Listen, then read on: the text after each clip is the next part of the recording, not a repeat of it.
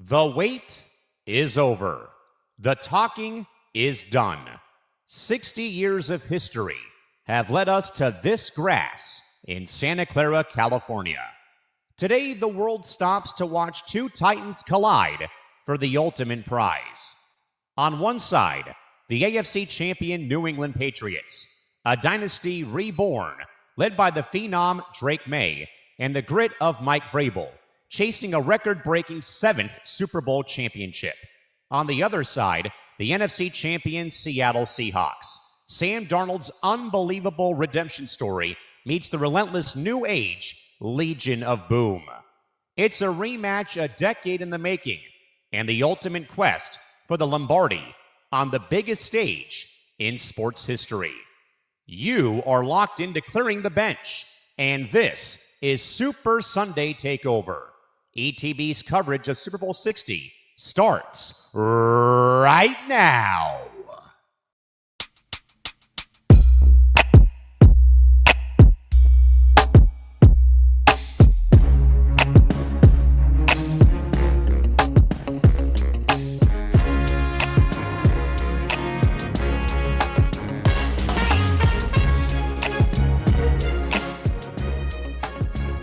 All right, ladies and gentlemen, welcome to Clearing the Bench with myself, Trevor, and Kristie Wilson, here to bring you the best content for you going into Super Bowl Sunday. Kristie, how are you doing on this fantastic night?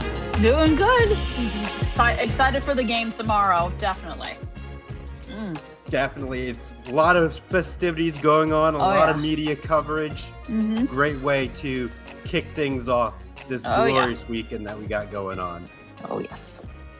Should be good. Well, first things first, as we always like to do, let's do a little housekeeping, give people the grace of our schedule going on.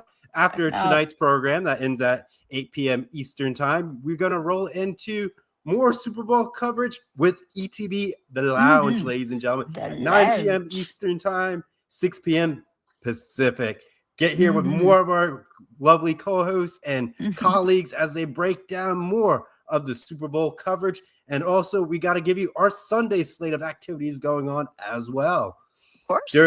For our ETB coverage, we got Zangers Part 2 with Gridiron Gurus at 11 a.m. to 1 p.m. Eastern Time on Sunday, and then followed up with Press Roar at 4 p.m. Eastern Time, 1 p.m. Pacific Time, with post-game coverage following Super Bowl 60, ladies and gentlemen. We got some great things coming your way to kick things off. But with further ado, let's just talk about the Super Bowl. Kristie, how do you feel about the Super Bowl thus far? The matchup between the Seahawks and Patriots. We're getting a part two. Sometimes the sequel doesn't go as planned, but we'll see if this is a better sequel. Oh, yeah, it definitely should. I'm hoping it's a better sequel. It's different coaches, different quarterbacks. The teams are not the same teams they were over a decade ago. I just feel this is definitely going to be interesting. Definitely going to be interesting. And hopefully the best team wins.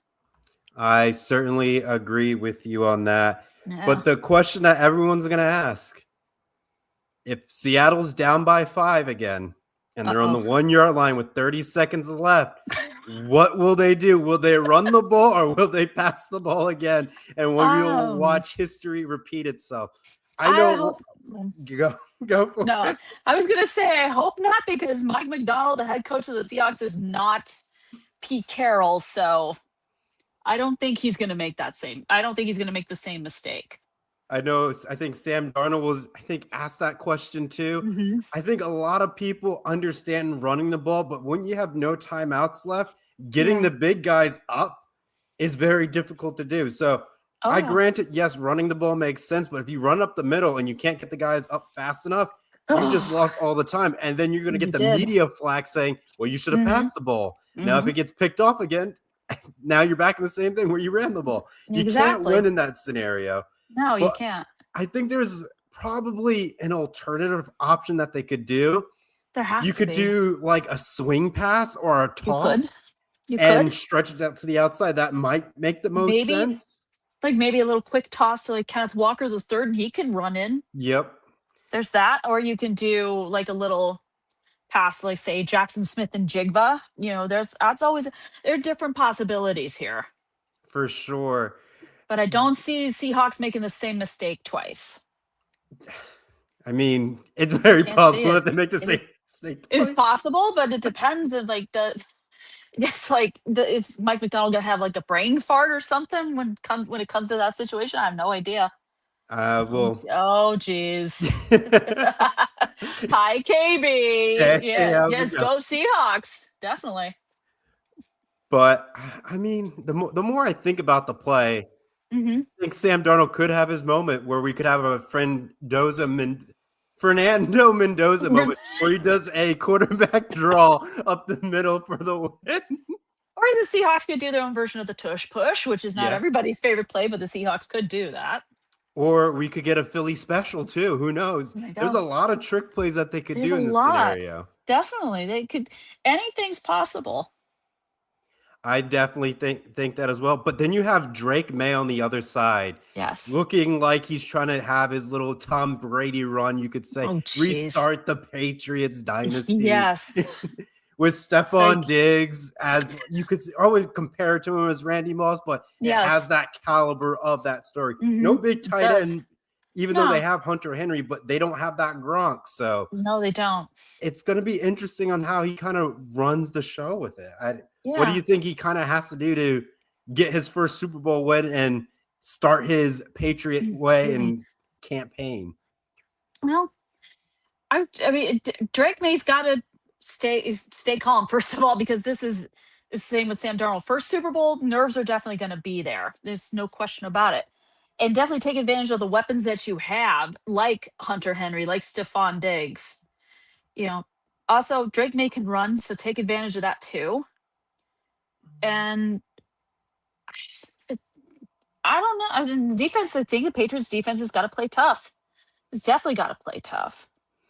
I guess where we want to compare this Patriots defense, is it similar in caliber to the 2001 Patriots defense when Tom Brady first got to his first Super Bowl based on that intensity? Or is it slightly a step below that, you would say? Say it's I say slight step below, but it's pretty close. Yeah, because I mean, them getting to the Super Bowl, not the easiest pathway, but they definitely had luck on their side. Starting out with the Chargers, and the Chargers had the worst offensive line, so that helped their defense. Playing the Texans. Yeah. Oh, I was gonna say, and Justin Herbert had the hand problem, so there's that too. And then you have the Texans, which is probably the only threat within their path run before Bo Nix had his injury in the overtime victory against the Bills. Guy. Yeah. But it pains me to have the Broncos get to that point and you lose your starting quarterback. Yeah. You decide to go with your backup, but they should have kept playing with the idea of bringing in an old timer for this one last job. I mean, it would have been a good idea. I understand you want to give, I want to say, the backup the chance to have his moment, but you're telling me you couldn't get find a way to bring Phillip Rivers in and lead the Broncos in, or go out and get Cam Newton to do it. Oh my God. And let him have a Super Bowl redeem arc. Yes. There's Super Bowl 50 Super Bowl 50 where you had the towel over he just had a 5-minute post press conference. He looked like a crybaby. Oh jeez.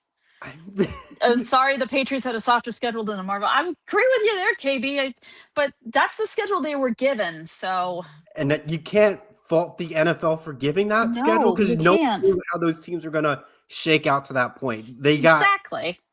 It'd be different if it was like college football where you had over 150 teams and you can build yourself a cupcake schedule. Like the NFL has only 32 teams. Out of that, you can't play yourself, so there's only 31 teams you can select from. Exactly. So I don't know. I don't know either. We're probably going to get a very low-scoring game, I feel like. Probably. The defenses are going to probably clamp down in the first quarter.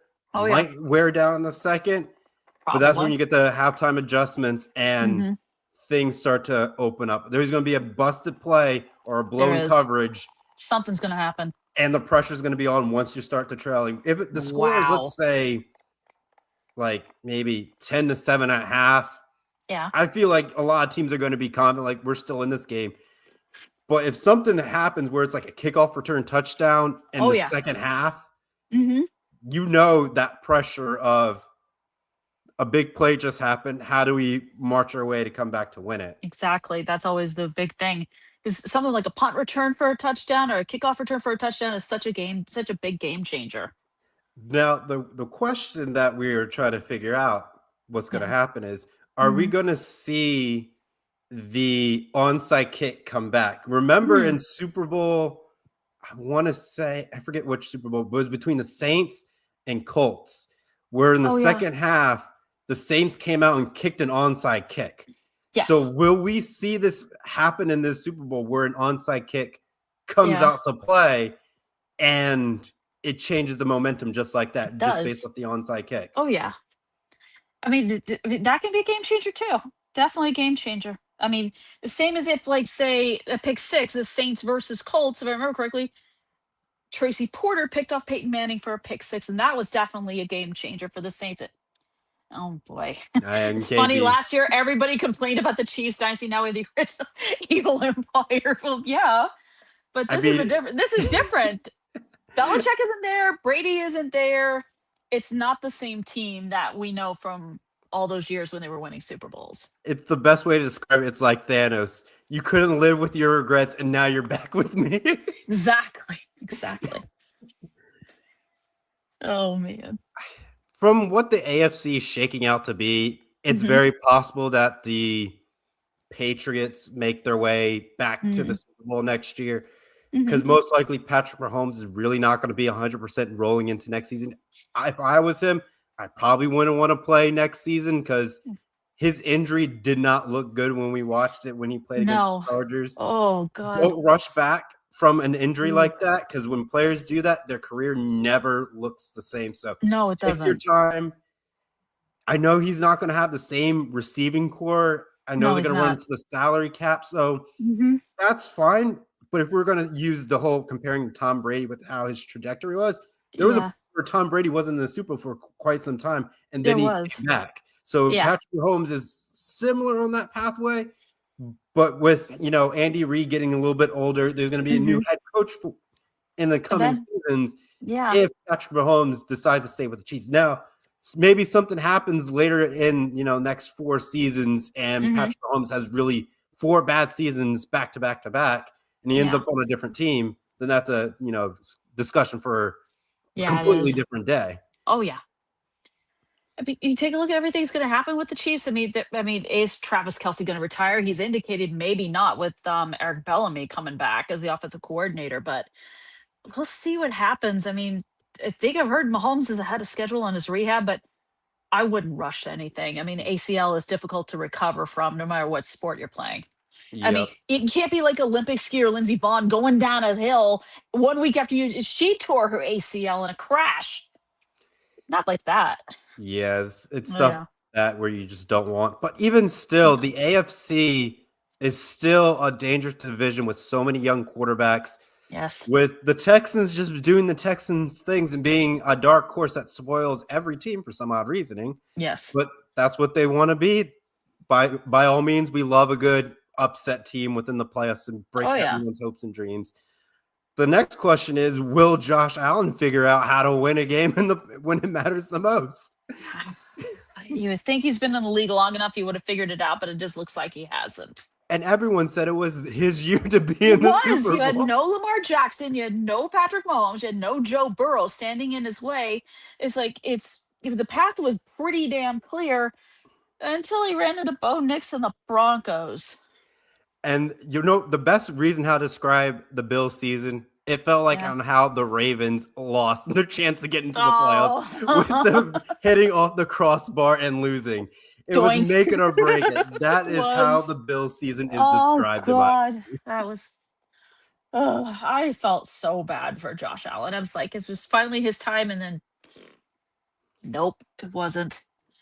I would Now we'll see with say, the new coach, we'll see what happens.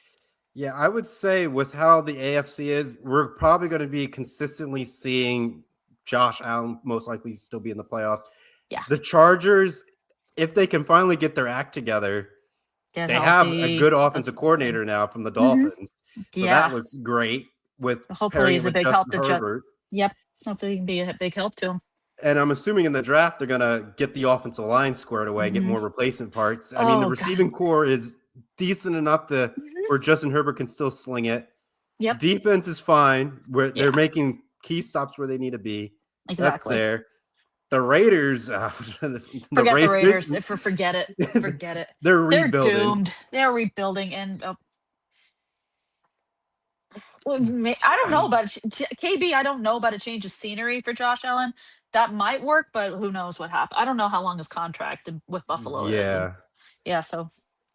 And then you have. I don't want to go down the rabbit hole of the Jets. The Jets have their own thing. I don't want to either. The Steelers is wide open because no Aaron Rodgers coming back. The possibility. I mean, even with the new coach, I mean, we don't know what his and Mike McCarthy's relationship, and since they have Aaron Rodgers hasn't played under Mike McCarthy in about 4 or so years, so we don't know what that's about. Then the Browns are going to do the Browns things. Of course and then they are. They're going to find a way to destroy careers. Pretty much. They already did it with. They almost did with Baker Mayfield until he finally found his landing spot in Tampa. And doing a great job with Tampa. Very great, very good job. And then we look at the NFC side. We have teams that I wouldn't say have strong quarterback play. Where you have the Eagles and Jalen Hurts, but that's coming off of a Super Bowl team, and there's still parts from that team there. Yes. So I will still say they're still a threat in the NFC, unless the NFC East has a mind of its own, which it always has. Of course it does. Where you think my team is good, then the next week we're 7-9 and missing the playoffs. Yes. And I know you being a Cowboys fan, you know the ups and downs of that division. I do. That division it's basically, excuse me, NFC East is insane. You never know. I mean, Philly is an absolute dumpster fire. I mean, there's AJ Brown is discontented. I don't even want to get into it. The Giants, I think, definitely next season with Jackson Dart, with Jackson Dart quarterback, and then you have Cam Skadaboom, Malik Neighbors coming back from injuries, they could be making some noise. Yep. Commanders, hopefully Jalen Hurts and Terry McLaurin are healthy, ready to go, and again, they could make some noise. The Cowboys, I mean, I know there's talk they want to keep George Pickens. I mean, this guy wants George Pickens back, CeeDee Lamb, and they're going to do what they can. But I don't trust the Cowboys to make the right decision on this one. I mean, Pickens had a great season, and even he knows he may be worth more than the Cowboys can afford. Then the Jets need help from the Almighty. I don't think a second. No, the Jets don't have any. I wouldn't say much luck. No, they don't. But it then leads me to the Chicago Bears on the season that they have. They've been blessed by the Pope, basically, and they are so close to when every time I watch them in the postseason, I'm like saying, that's the doing of the Pope in the Catholic Church. That's praying to God. God, please bless the Bears. Please. I was like, oh, no. I was like, they beat the Packers. Oh, no. They beat the Packers. Wow. And I'm like, this could be their year. They get to the Super Bowl because of the Pope. Come on. NFL script writers, what are you writing in there? What are you writing here? What's it? The Cardiac Bears? What's going on here? Oh my God. I think they got lucky. I don't think they have another season like this. No, I mean, I think we're going to get a different script where they're going to lose a lot of these close games, but I mean, I could be wrong. We both could be, but I don't know. Because I think the Lions are going to still be a threat in that division. The Vikings, they need a quarterback and probably get rid of J.J. McCarthy altogether. I mean, McCarthy wasn't. I mean, as soon as they let go of Sam Darnold and put in J.J. McCarthy, I'm like, well, you just screwed yourselves over, didn't you? Too many injuries already, but hey, turn it around. I'm surprised Justin Jefferson hasn't said, God damn it, get me out of here.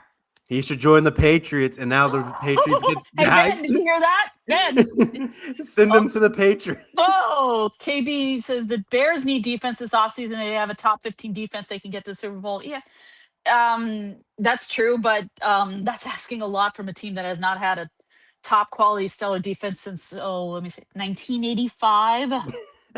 The I mean, Bears, they did those have Bears. the 06 Bears team that did reach the Super Bowl. That was That's another true. good defense. That was a good one, but I'm squad. talking about like a legendary defense led by the likes of like William the Refrigerator Perry and Mike Singletary. That defense was a once in a lifetime type of defense that elements of it have been seen on other teams, but it's never been like that ever since. Well, I want to say that Bears team did have Brian Urlacher, but I'm not too sure. Yeah, I think that 06 team did have Brian Urlacher on the roster. But for And them, he was a beast. they do run into offensive struggles. They don't have that offense to get over the hump. They haven't had that franchise quarterback where it's stylish. I know Caleb Williams is trying to be that guy. He's trying to. I think he might have a weird Baker Mayfield complex where he has his ups and downs. And the day he leaves the Bears, he's going to have get tossed around the league a few times, land at a spot, and have a good career after that. Hold on. Bet the 85 Bears defense would be illegal in today. Yeah. I think that would be, it's so true, KB. It's so true. It would be illegal because literally half the things they're doing are now banned today, which sucks. And then you have the Packers and Jordan Love. Even though Jordan Love did have that injury towards the tail end of their season. He did. But again, outside of that injury, I thought the Packers were going to be the team to get to the Super Bowl and be that dark horse that everyone was counting out. Because there was a stat line out there, because the NFL loves stats, where when the Packers quarterback hits the age of 27, there's a chance for them to win a Super Bowl, which has been Brett Favre, Aaron Rodgers. They were both the age of 27. I think Bart Starr was the age of 27 and during Super Bowl I. I think so. During that, if that holds true, in retrospect, it should have been this year. But now next year, Jordan Love is going to be turning 28. And that window is now gone. Now, if he wins it next season, you could argue it's still there because he was playing half of that season, maybe the age of 27. Yes. Then I'll stretch out the myth a little bit further for just that reason. But outside of that, if that keeps happening, then I'll be putting my money in a Super Bowl for the Packers if it was like that. Yes, if it was, I would say for the Eagles, to me, it's similar mindset because within the 2000s and going up to present day, when they play in the Super Bowl, the Eagles will always lose their first Super Bowl appearance. But if they get a rematch, they win. And we saw that. In 05, they played the Patriots. And then 2017, they beat the Patriots. They play the Chiefs first time, they lose. And now they played the Eagles recently, and then boom. Super Bowl 59, So, in my eyes, if the Eagles make the Super Bowl, bet your money that they're going to lose. Yep. I'm just going to make that. take my word for that. It's just how it is. And then you have the NFC South. Oh, geez. The division nobody wants to win. The division that gets into the playoffs, and we're like, why? Why? It's like, oh, do you want a participation trophy? Okay, here you go. There's a team that has an over 500 win record that gets left out because we have to let the divisions in. Yeah, exactly. I mean, is it fair? No, but it is what it is. And then you have the NFC West with the Rams. Now you have your Seahawks. Yep. You have 49ers, the Cardinals, the team that can't figure things out with a star-stellar defense, and now everything's aging out on them, and their Super Bowl window, in my opinion, has closed at this point. Yep. But with how weak the NFC is, they can make a resurgence and lurk for a couple more seasons. But I think there's going to be a team that's going to start to rise up in the East. Yeah. The Eagles, I would say, definitely on a downtrend a little bit. They could get a few spare parts, be right back in the conversation of getting to another Super Bowl. Definitely. But again, there's just so many dark horses. Like, I think the Rams can come back next year and hopefully they don't have any injuries. Oh God, I be hope back not. in the Super Bowl hunt again. Probably. They had a good chance this year, but fell a little bit short. They did.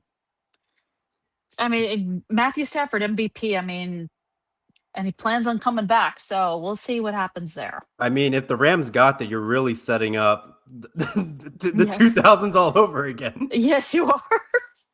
You have a legendary veteran of like Kurt Warner coming out Yes. versus a rookie, so it's Yes, the script exactly. was writing itself, and it was like writing itself. we can copy and Ooh. paste this, and we'll be Yeah. fine with it. Yes, absolutely. But we'll see what happens. Jeez. Yeah. The AFC side, oh Lord. Yeah, the AFC not the best, but staying No. on the reality of the Super Bowl, who do you think is going to be the MVP? Who has the drive, the passion, the job to Yeah. become Super Bowl The 60 MVP? Well, I said this on Football Forecast yesterday, and I said this because it's been a long time since someone at his position has won a Super Bowl MVP. I said Jackson Smith and Jigba of the Seahawks. I Because I believe think it was that. the last one to win it, I think, and I got told this because I completely forgot about it, but it was Julian Edelman of the Patriots who last won Super Bowl MVP honors as a wide receiver. This award has been leaned in recent years more towards the quarterback than a wide receiver, a running back, a defensive player, that sort of thing. Yep, I could see that too. On the Yeah. Patriots front, I could see Mhm. Stephon Diggs if he has a big night, another good receiver choice in that sense. One of the prop bets they should have had is how many times is the camera going to cut to Cardi B? Who'll probably be in the stands cheering her butt off. We'll get to the prop bet part later if it's part of the show. What do you got, KB? Jackson Smith and Jigma for MVP, 10 catches over 100 yards and 2 touchdowns. What are you predicting? I mean, the only one who probably should have won the MVP that should have been a quarterback, I think it was Cooper Kupp. Oh, yeah, Cooper Kupp from the Rams, yeah. He should have won it, in my opinion. Yeah. But he was that game-winning drive to get them the win. Yes. And he doesn't get Yes. it. But they give it to Matthew Stafford. They give it to Matthew Stafford. It should have been Cooper Kupp for that one. Yeah. But yeah, this award has been more, in recent years, more quarterback heavy than it has been any other position.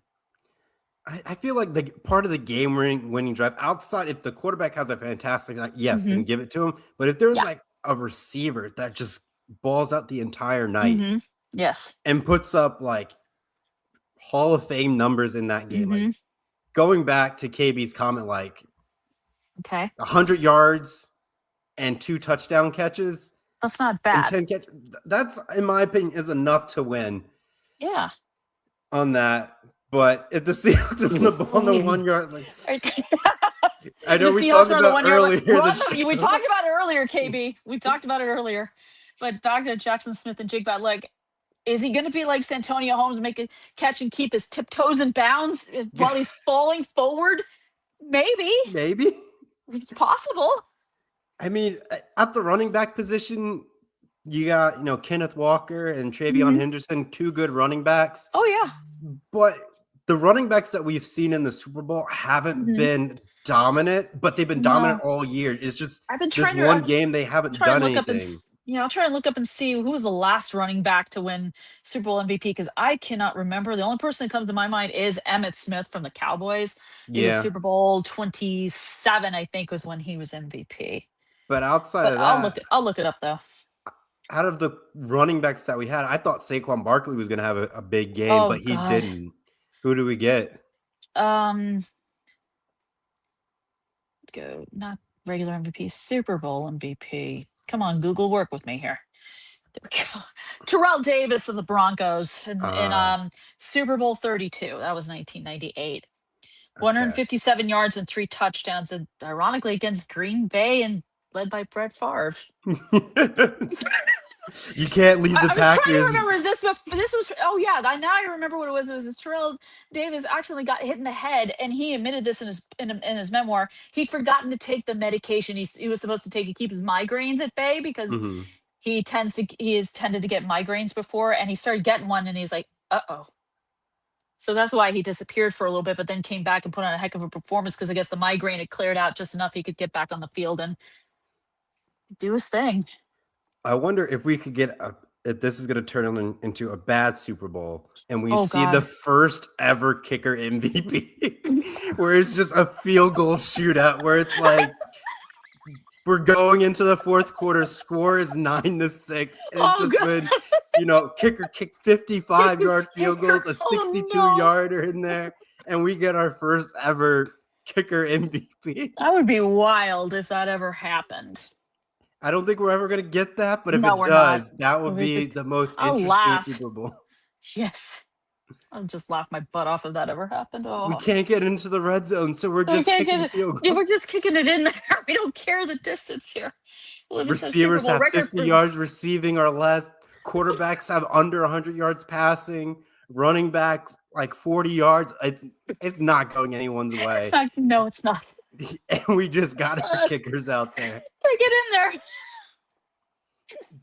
Now, Oh, man. a fun thing that we could get is a overtime in this Super Bowl. It's happened before. And we go into a second overtime. Oh, my God.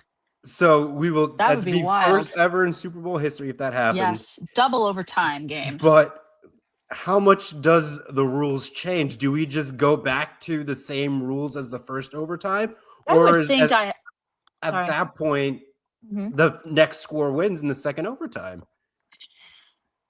I don't know. If we were doing a double overtime, it would just be first team that scores wins, and that's it.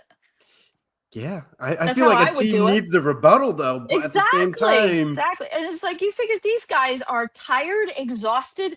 They've been playing for a while. They've been getting beaten up, ripped around like rag dolls. So the it's Super like if you go Bowl- to a second overtime, let's just say, all right, whoever scores first, you win.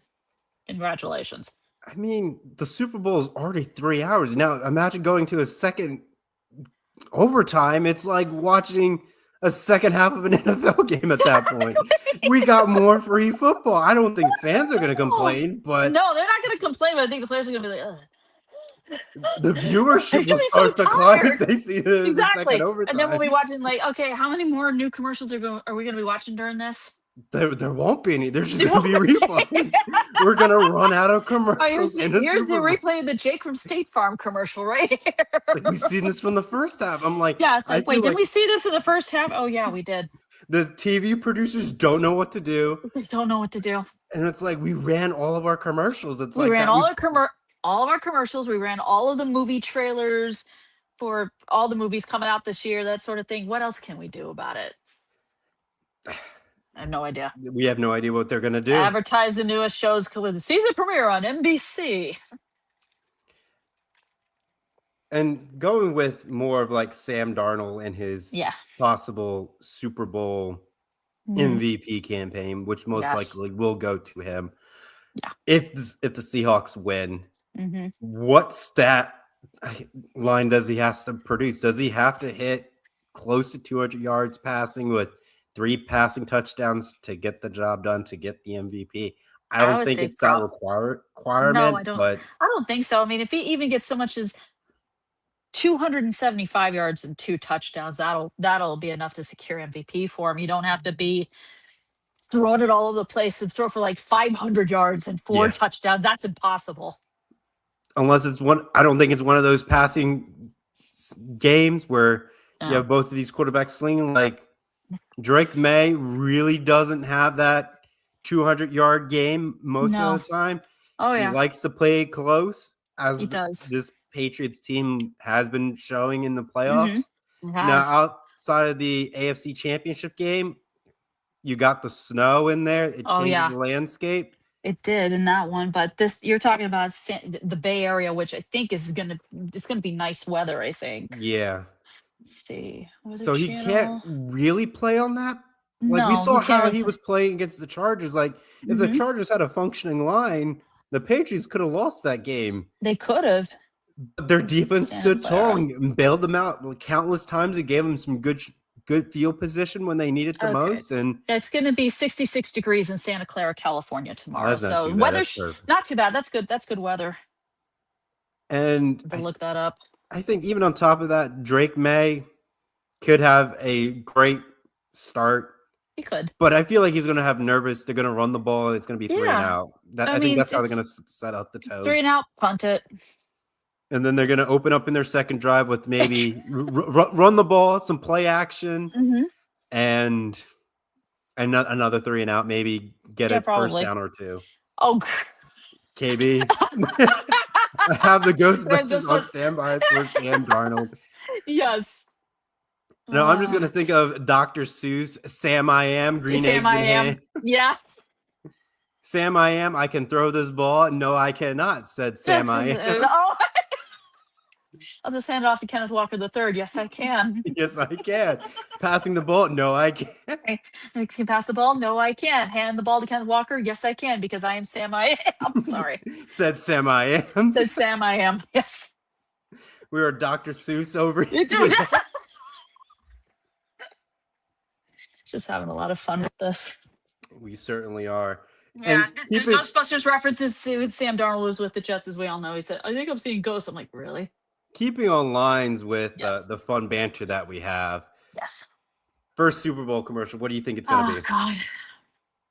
It's either going to be a trailer for an upcoming movie, or I'd probably go something like, I know Budweiser's going to have a new Super Bowl commercial with featuring the Clydesdales. So either one of I'm going to go either one of those two. Yeah, I could see that, a movie trailer. I feel like the movie trailer might be slightly a little bit later on. I could see. Probably. I mean, if they show the trailer for, say, The Mandalorian and Grogu, I'm going to be like, yes! Yes! I think a drink commercial will definitely be the top front runner. I could see Doritos making a statement and putting something out there. Pepsi will probably be in there. Yeah. Yeah. Could see Pepsi. Pepsi. Coke. Yep.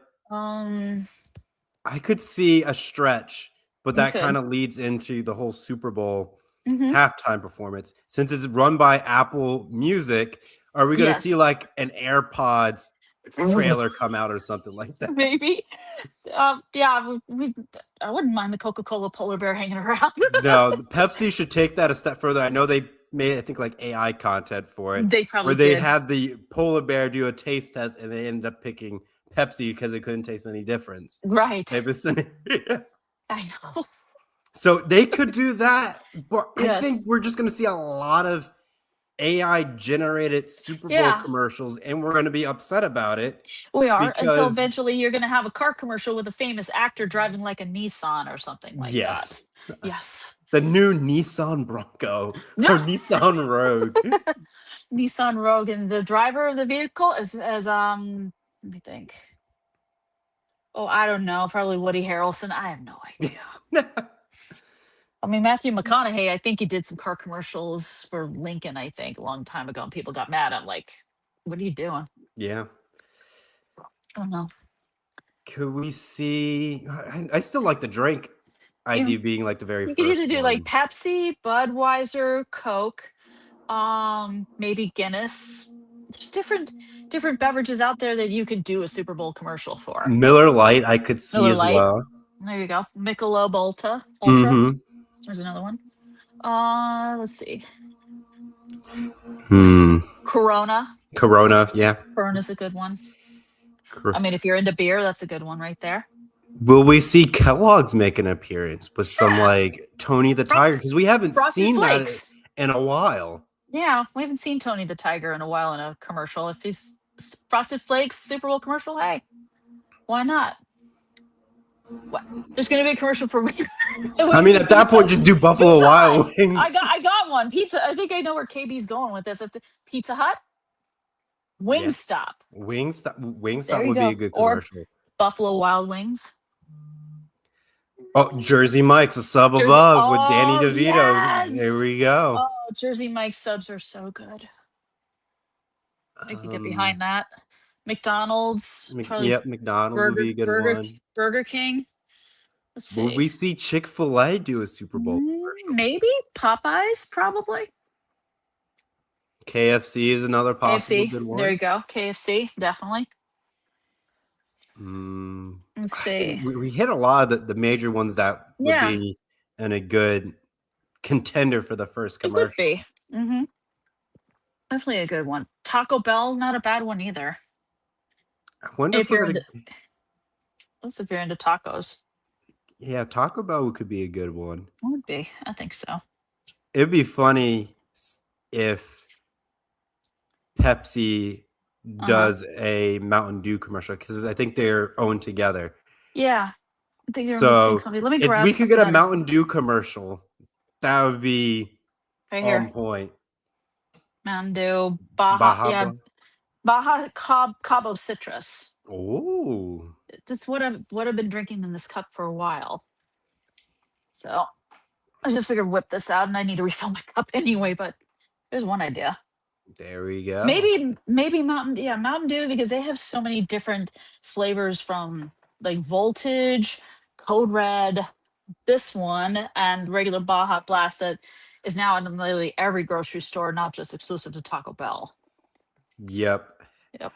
So it's definitely a lot of possibilities for food commercials, movie trailers. I know there's probably going to be like Progressive Insurance, State Farm, that sort of thing, or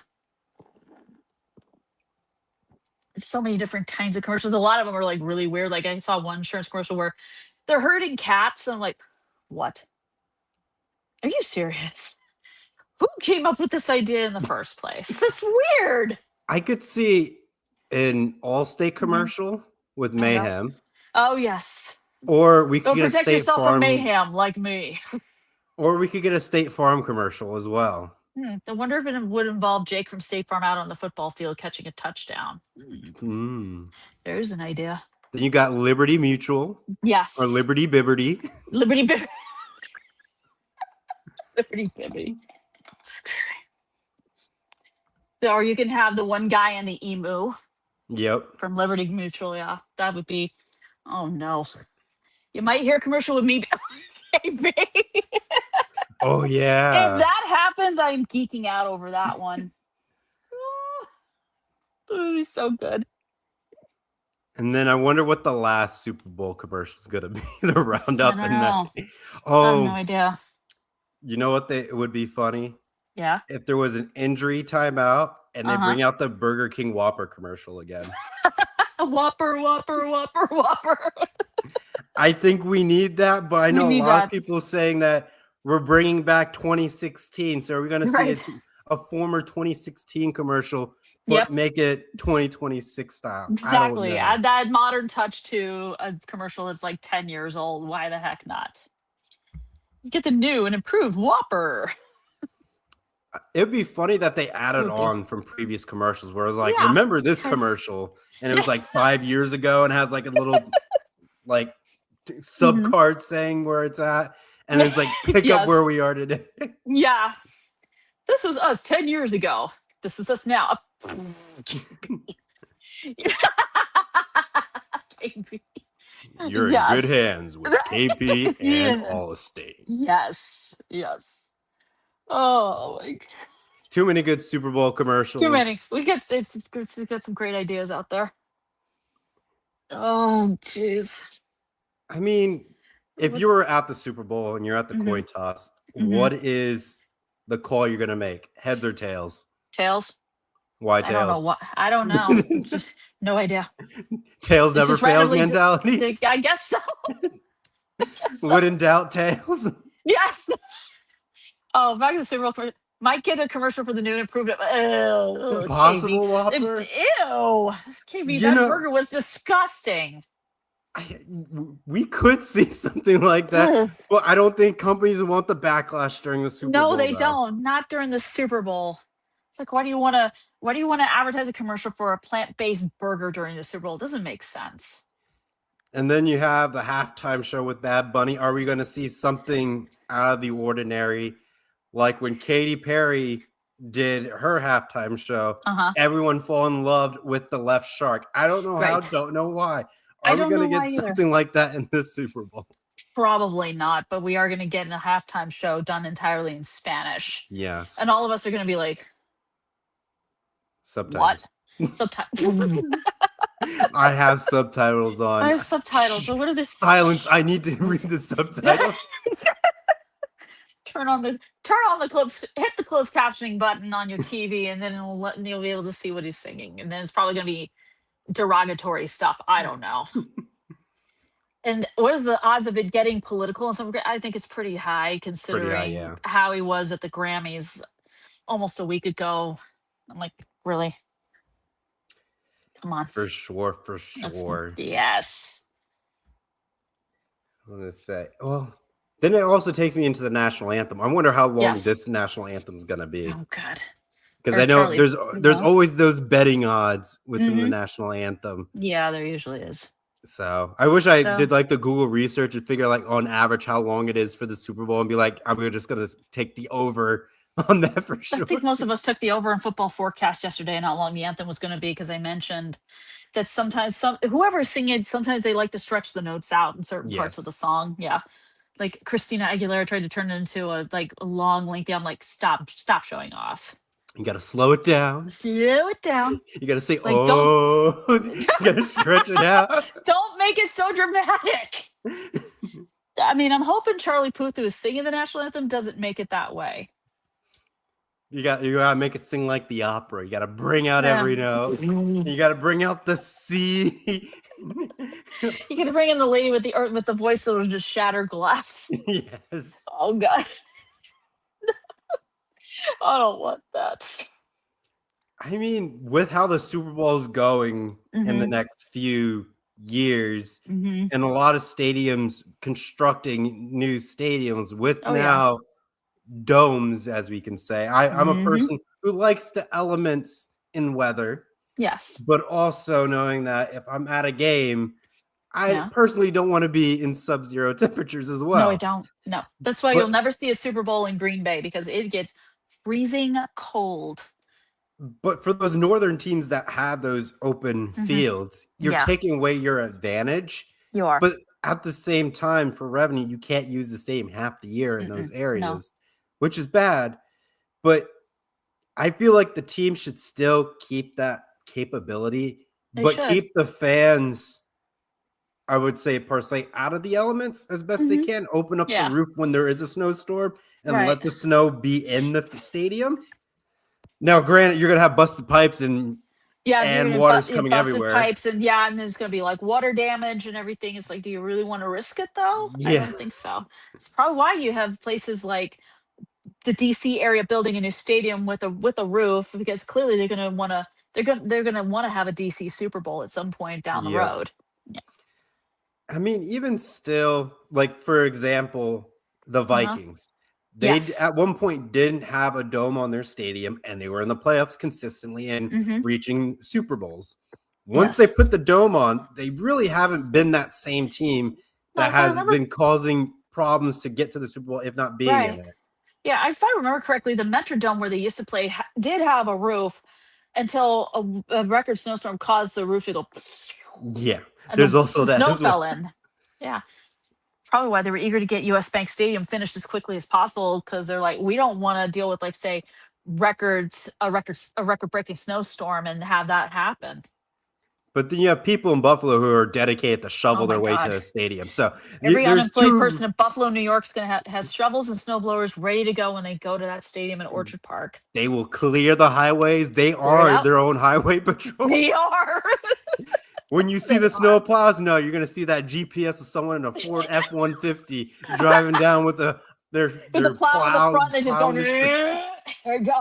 Just going down, be like, we are going to get to this Bills game. And the Bills organization will give discount tickets to those who can discount tickets. They'll feed you. They'll give you hot chocolate. They'll pay you good. But no worker benefits. No worker benefits. No. Free labor. That's how they operate Free labor in the NFL. Yes. Because we're a nonprofit. Nonprofit, exactly. Oh, dear God. Because the teams that are supposed to get new stadiums, I think Bills, Browns. Yeah. I think Titans are in the mix of getting one. Maybe. I know Washington. I mentioned DC's going to get a new stadium because I saw the artist rendition. It looks incredible. Looks really good. Honestly, I feel like the Miami Dolphins should get rid of Hard Rock. I hate looking at Hard Rock. The more I see it, there's good value to it. Yes, the orange roll is played there. But we But the have these Dolphins need mega their own stadiums place. that we have now at this Yes. point, and I think they're overdue based on their market. Yes, you're going to Mhm. have your national championship game, thus we have there, Yeah, but I feel like it just is too small it is. to capacity. Like the Mercedes in Atlanta, Mhm. in my eyes, is the crown achievement of where a Yeah, national championship should be played exactly. I in the mean, it modern looks era until a new stadium is constructed to right. I surpass it. mean, that stadium in Atlanta to me looks like a Crystal Palace because there's so much glass It's and everything. It's massive. so it's so beautiful. And then you have SoFi Stadium in suburban Los Angeles. It's like, wow. It's amazing. It looks incredible. Like you could do anything, concerts, any type of football game. Doesn't matter if it's NFL or college football national championship. You can do anything really. Yep. I mean, Oh a yeah. lot of NFL stadiums are in that Mm-hmm. ballpark where they They just are. don't fit the bill to Mm-hmm. host things. Now, granted, we're at the Super Bowl for the 49ers and Levi. I think the Niners need a new stadium technically as well. I mean, the Levi Stadium's only been around for I think a decade or something. But it just Over a feels decade. so small compared to the It others that does. And we've mentioned. it's hosted here it is, Levi Stadium. It's been open actually since 2014. So it hasn't been it's been only open Yeah. for 12 years. And it can seat about upwards of around that capacity about 68,500. Whew, that's not a lot depending. No, because I mean, if you look at AT&T Stadium, it can seat up to 80, 90,000. Sometimes the seats can be expanded where you can seat up to 100,000. yeah, and that stadium has been constructed. I want to say what, '06 maybe? Yeah, it's been open since the AT&T Stadium's been open since 2009. Okay. I've been to that I've been in that stadium and it is really it's beautiful. It is a beautiful stadium. And It's it's just it's I don't know how to describe it. It is a magnificent stadium, seeing It the giant is. jumbotron that they Yeah. have there.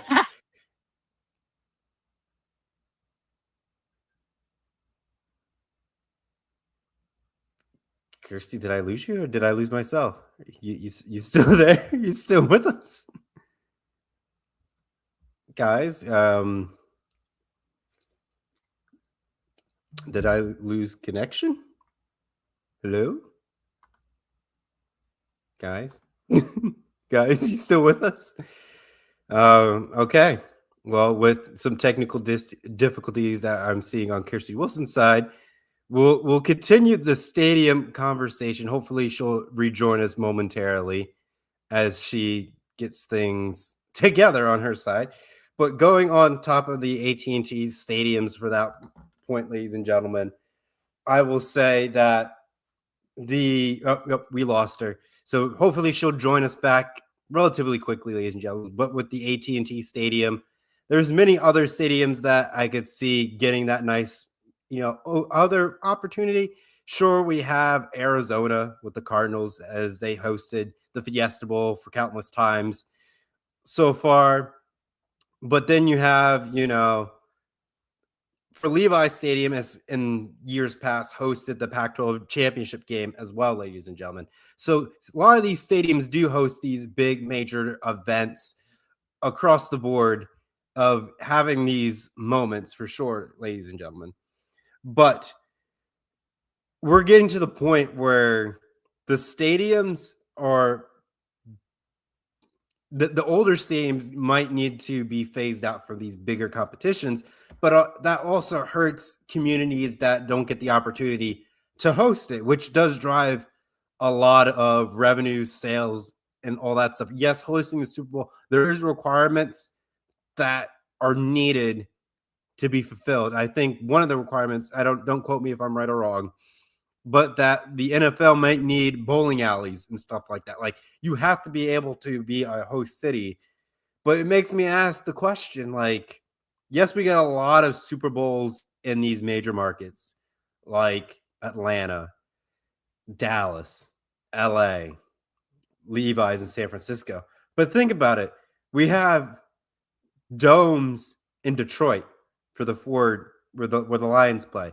We have Indianapolis. I think they've hosted the Super Bowl like once in quite some time. So we're starting to stack up. On top of that, the Bears are in the process of maybe relocating or getting a new stadium as well. So they might have a roof, and we might see a Super Bowl up in Chicago, ladies and gentlemen, on top of that. So going further with that whole mindset about stadium construction, yes, it's important, but keeping the fans out of the elements, having the stadium be able to use multi-purpose goes into a lot of it.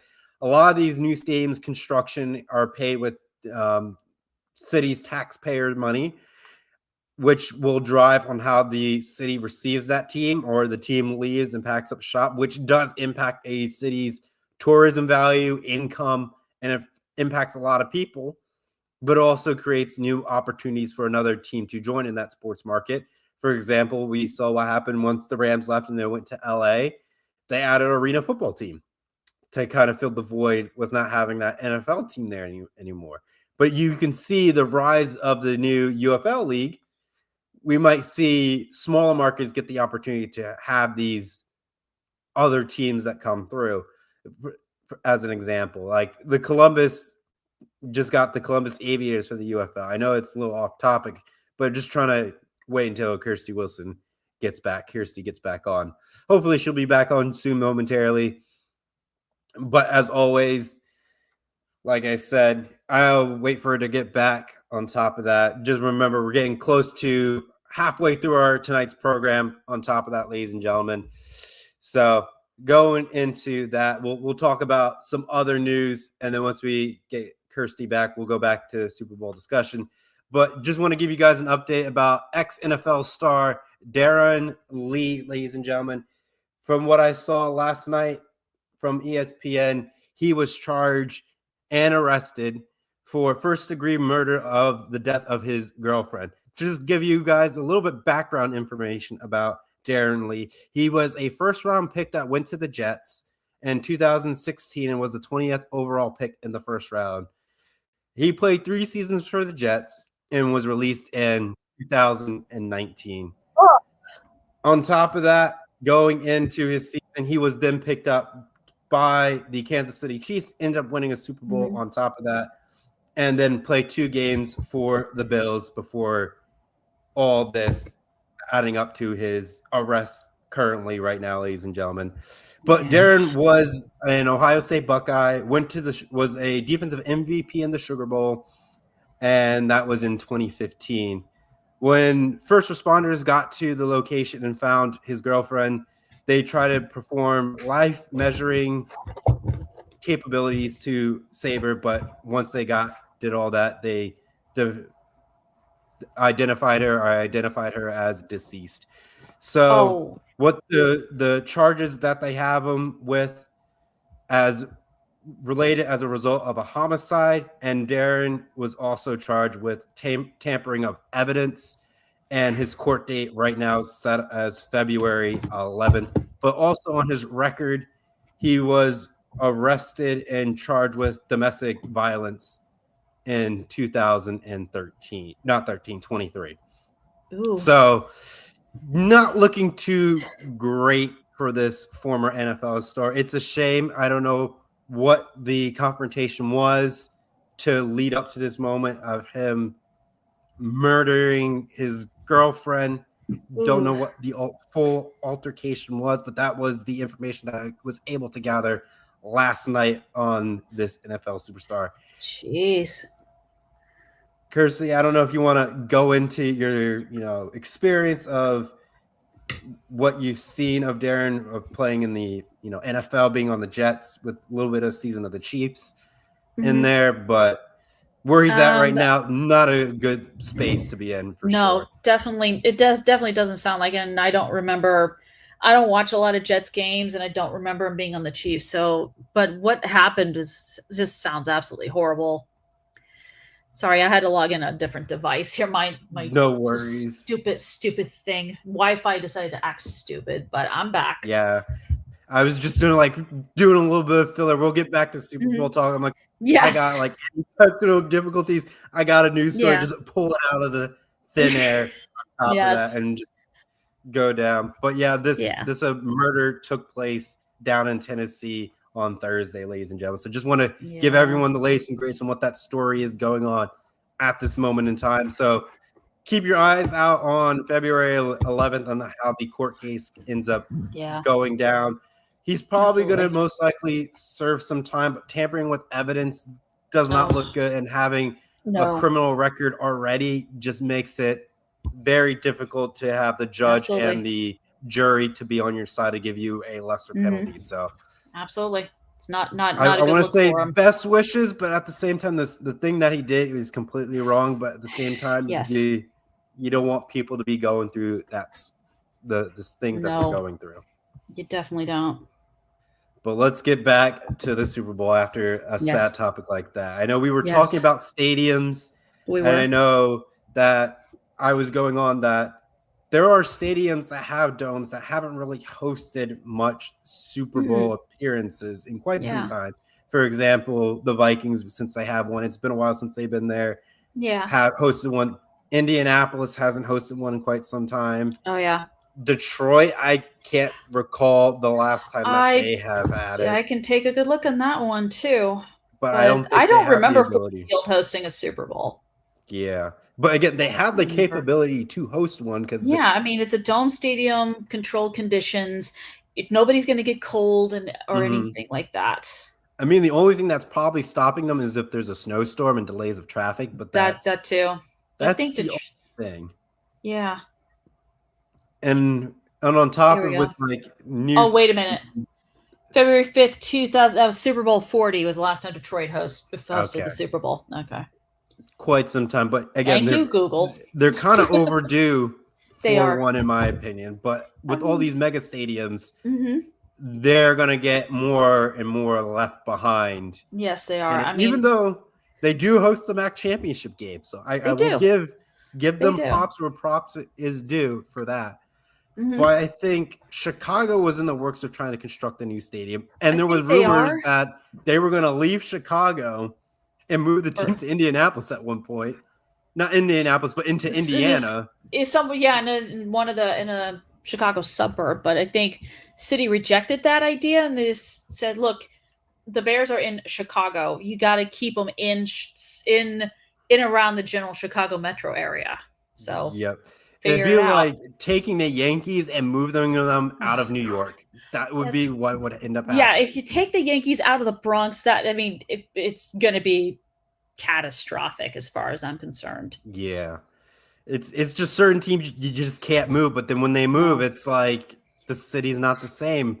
No, like, it's not. I know. It would be if you took the Mets out of Queens, for example, because they've been playing in Borough. It's not the same. No.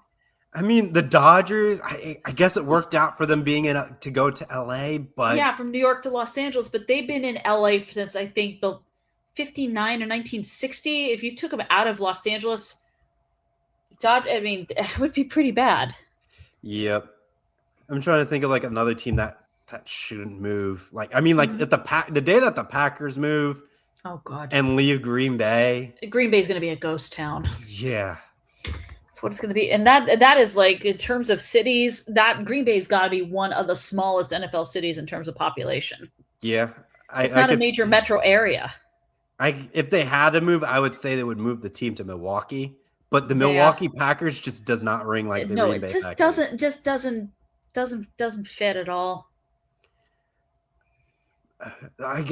Just doesn't. We were talking about Miami before my Wi-Fi decided to act stupid and cut me out, but I don't know what the city's problem is that you're willing to build the Marlins a new stadium for baseball. Why can't you build a brand new stadium for the Dolphins to play football? You can keep Hard Rock Stadium for the Orange Bowl, make that exclusively a college football place, but the Dolphins deserve to have a big, beautiful new stadium with all the amenities. Yep. Miami is the place for that. It is. I wouldn't say it's like the second Vegas, but it's the Vegas of the East Coast. Yeah. The best way to describe it's the party city. It's the nightlife city. Yeah. The restaurants. Outside of Atlanta and New York. The nightclubs, that is everything. The Vegas. Miami Beach is like one of those hot destinations. Mm-hmm. Yeah. I mean, So and the warm, and it's nice weather year, pretty much nice weather year round, except for when a hurricane's barreling towards your city. Then it's not so nice. But I mean, you got a lot of good teams down there. You got the Jacksonville Jaguars down there. And their stadium Tampa Bay's down there. I've been there. So it's like there's teams there, and they have their stadiums. Yep. I mean, national championship games aren't played at the Jaguar Stadium. They're not played in Tampa. They're always played out Hard Rock. Miami. Hard Rock in Miami, yeah. Yep. Oh, yeah.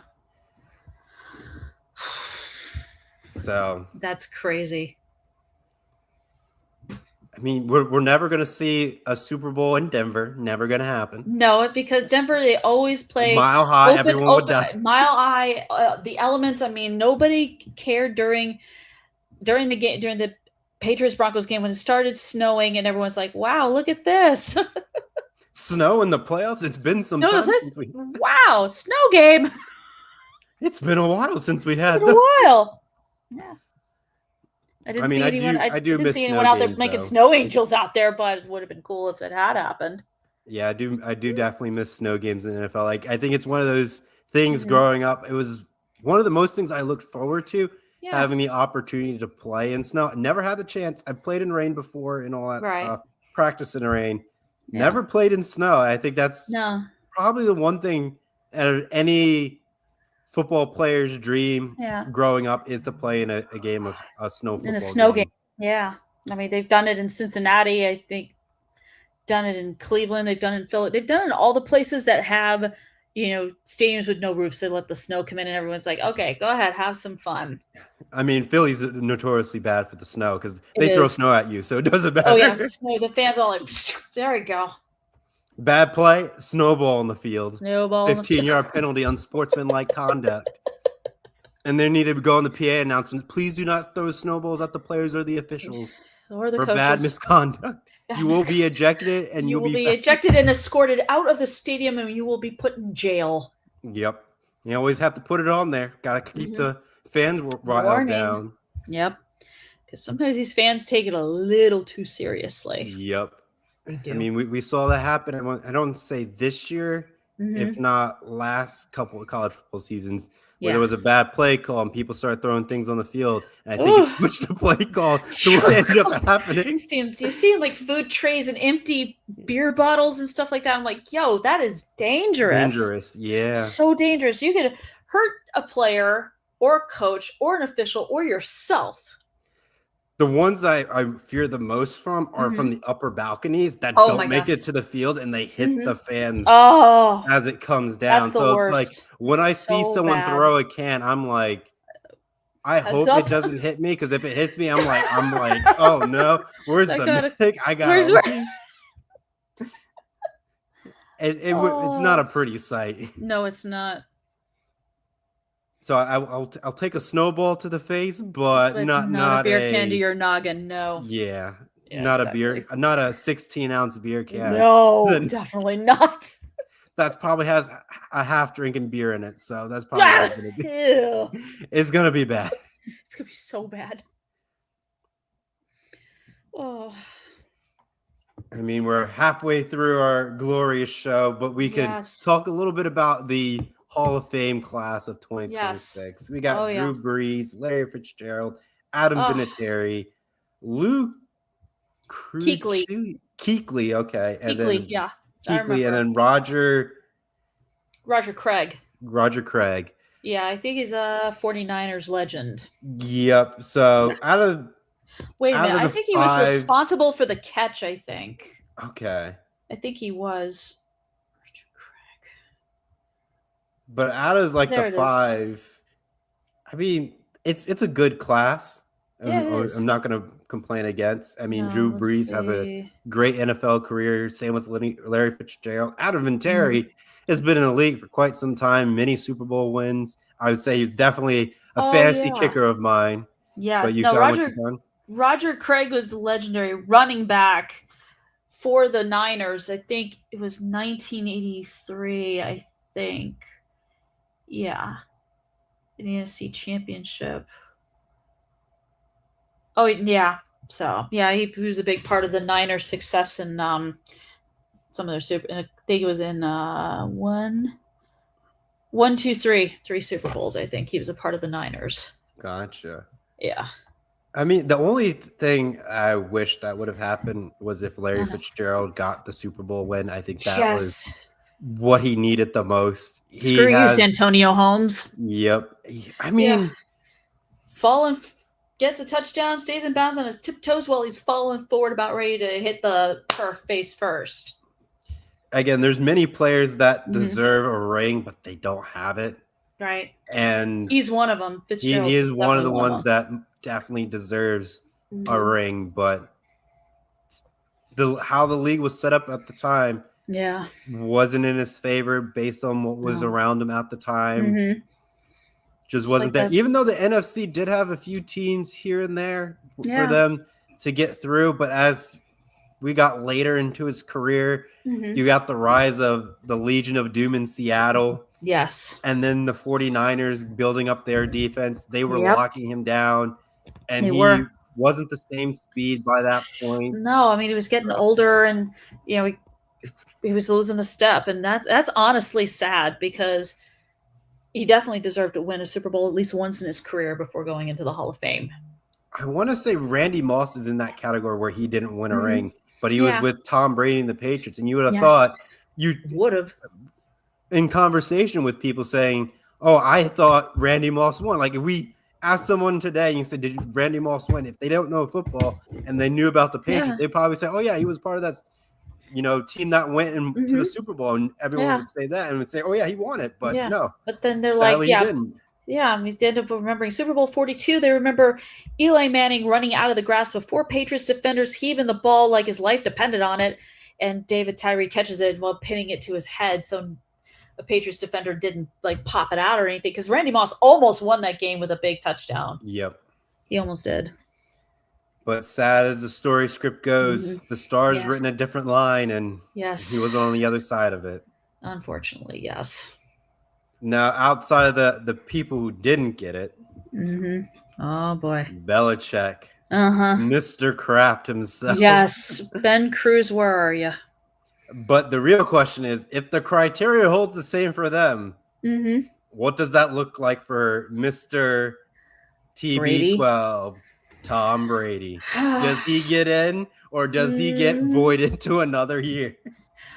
I think in his case, I am certain he's going to make it in his first year of eligibility.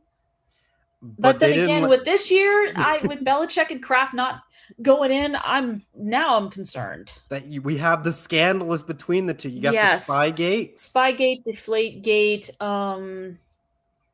It's just people out there like Bill Polian just really holding huge grudges against the Patriots. But I think it's a combination hate, and they're jealous. And in Polian's case, it was the Patriots beat his Carolina Panthers in a Super Bowl one year. So yeah, he's mad, and he claims he can't remember. I can't remember if I voted or not. Oh, BS. You tell me you can't remember if you voted yes or no for Belichick. Polian, you're full of it. If it was someone that you didn't know was outside your lifetime, sure, you can say, oh, they were on the list, 100%. But everybody knows Belichick. Everyone. Some are saying, oh, we're going to blame Belichick's girlfriend. And no, leave her out of this. She had nothing to do with this. As much as I think the relationship is disgusting, I'm not going to pin the blame on her for him not making it into the Hall of Fame. That's not fair. Kraft had that massage scandal as well. Yeah, the massage salon. It just sounds bad. It's like, are we sure we can let these guys in? Yes. They had a great. It's like Nick said on Forecast yesterday. He called it the Hall of Gatekeeping. Because that's what it sounds like. They're gonna pass away. We're not gonna hear their speech, and it's gonna be like, well, they're in now because they're dead. Yeah. They're not. You're not gonna see them in the gold jacket. You're only gonna see their bust, and that's it. And someone else is gonna be making the acceptance speech for them, like a family member or something like that. We're never gonna really hear them say what they think. Maybe.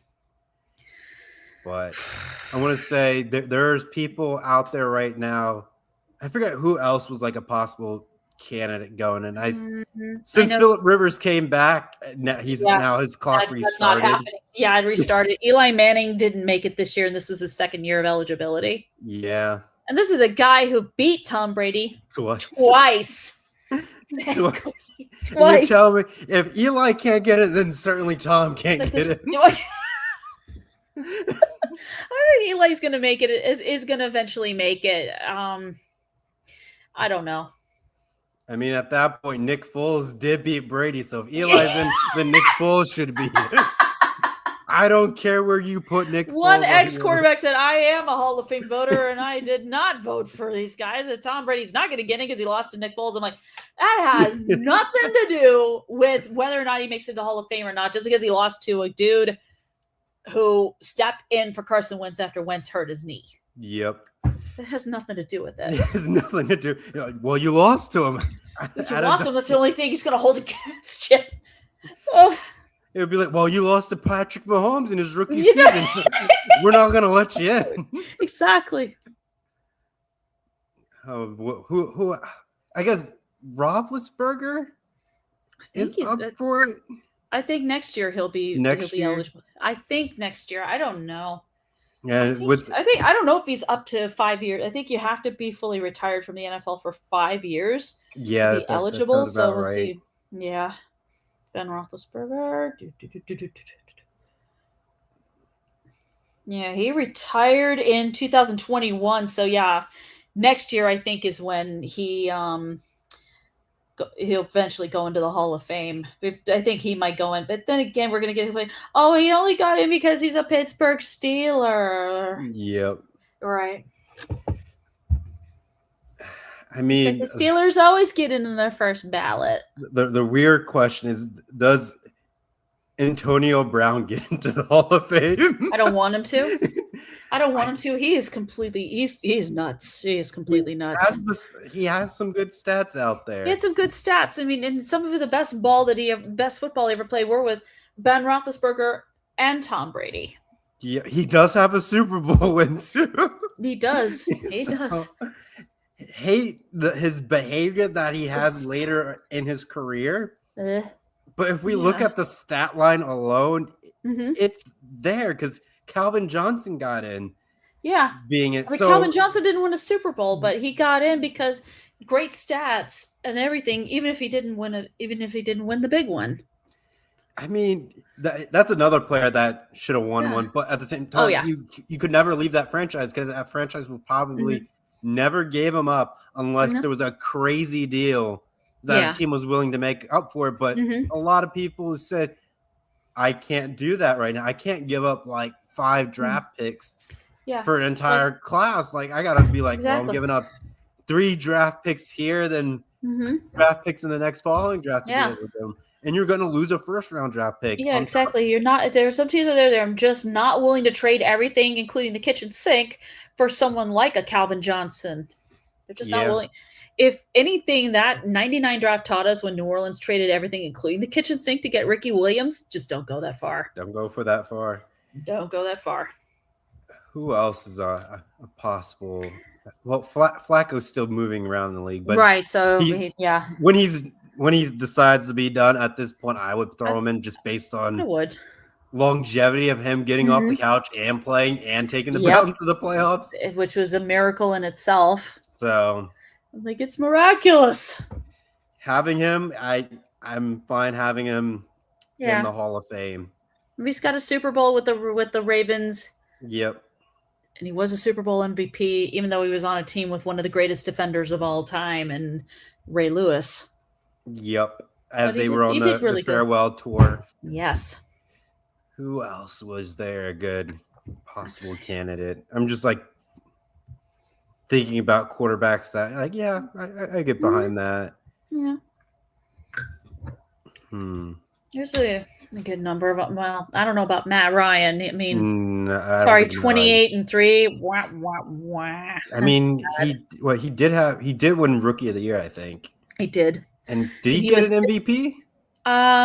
Regular season MVP. And this is a guy who was stepping into an insanely impossible situation when Michael Vick got busted for the dogfighting stuff, and they draft Matt Ryan, and he proved he just slid in there. He just slid in there. Slid in and he made I think he gave Falcons fans hope.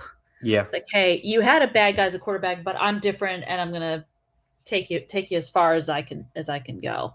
I wonder if Julio Jones makes it in when he's eligible. Maybe. I don't know. Because I know when he was in Atlanta, he did have some good seasons across the board. He did. And he had Matt Ryan as his quarterback, so clearly they clicked really well, and they had some really good successful seasons. But if Matt Ryan doesn't get in, I That's guess a crime. Julio doesn't get in either. But I could be wrong. Maybe. We could both be wrong. One gets in, but not the other. It's not fair to either one. They should both go in at the same time. Yeah, because then you have a nice maybe they can introduce each other when they make that. True. They get the Canton in the same draft class. It's like, well, now I'm done being inducted. Now I'll introduce you to my friend and fellow inductee. You get a quarterback and receiver combo go up together. I'm like, yeah, that makes sense. That would be cool. I mean, I wish, Steve Young and Jerry Rice had gone into the Hall of Fame together, but it didn't happen that way for either one of them. But they're both in it, so that's great. I guess Mike Tomlin gets into the Hall of Fame for having. I mean, his playoff record isn't pretty. But his regular season record for not having 19 straight seasons without going underneath 500, that is a Hall of Fame stat number. That is across the board. I think he was like one season away from tying the record set by the Dallas Cowboys with Tom Landry, because they did 20 winning seasons, 20 seasons, 20 winning season, 20 years, 20 winning seasons. But yeah, within the modern NFL, it's hard to even do with that. So hard. I mean, and now with possibility of an 18 game regular season, oh boy, it's going to be way more difficult. I personally don't like preseason as much, but I understand not a big fan of it either.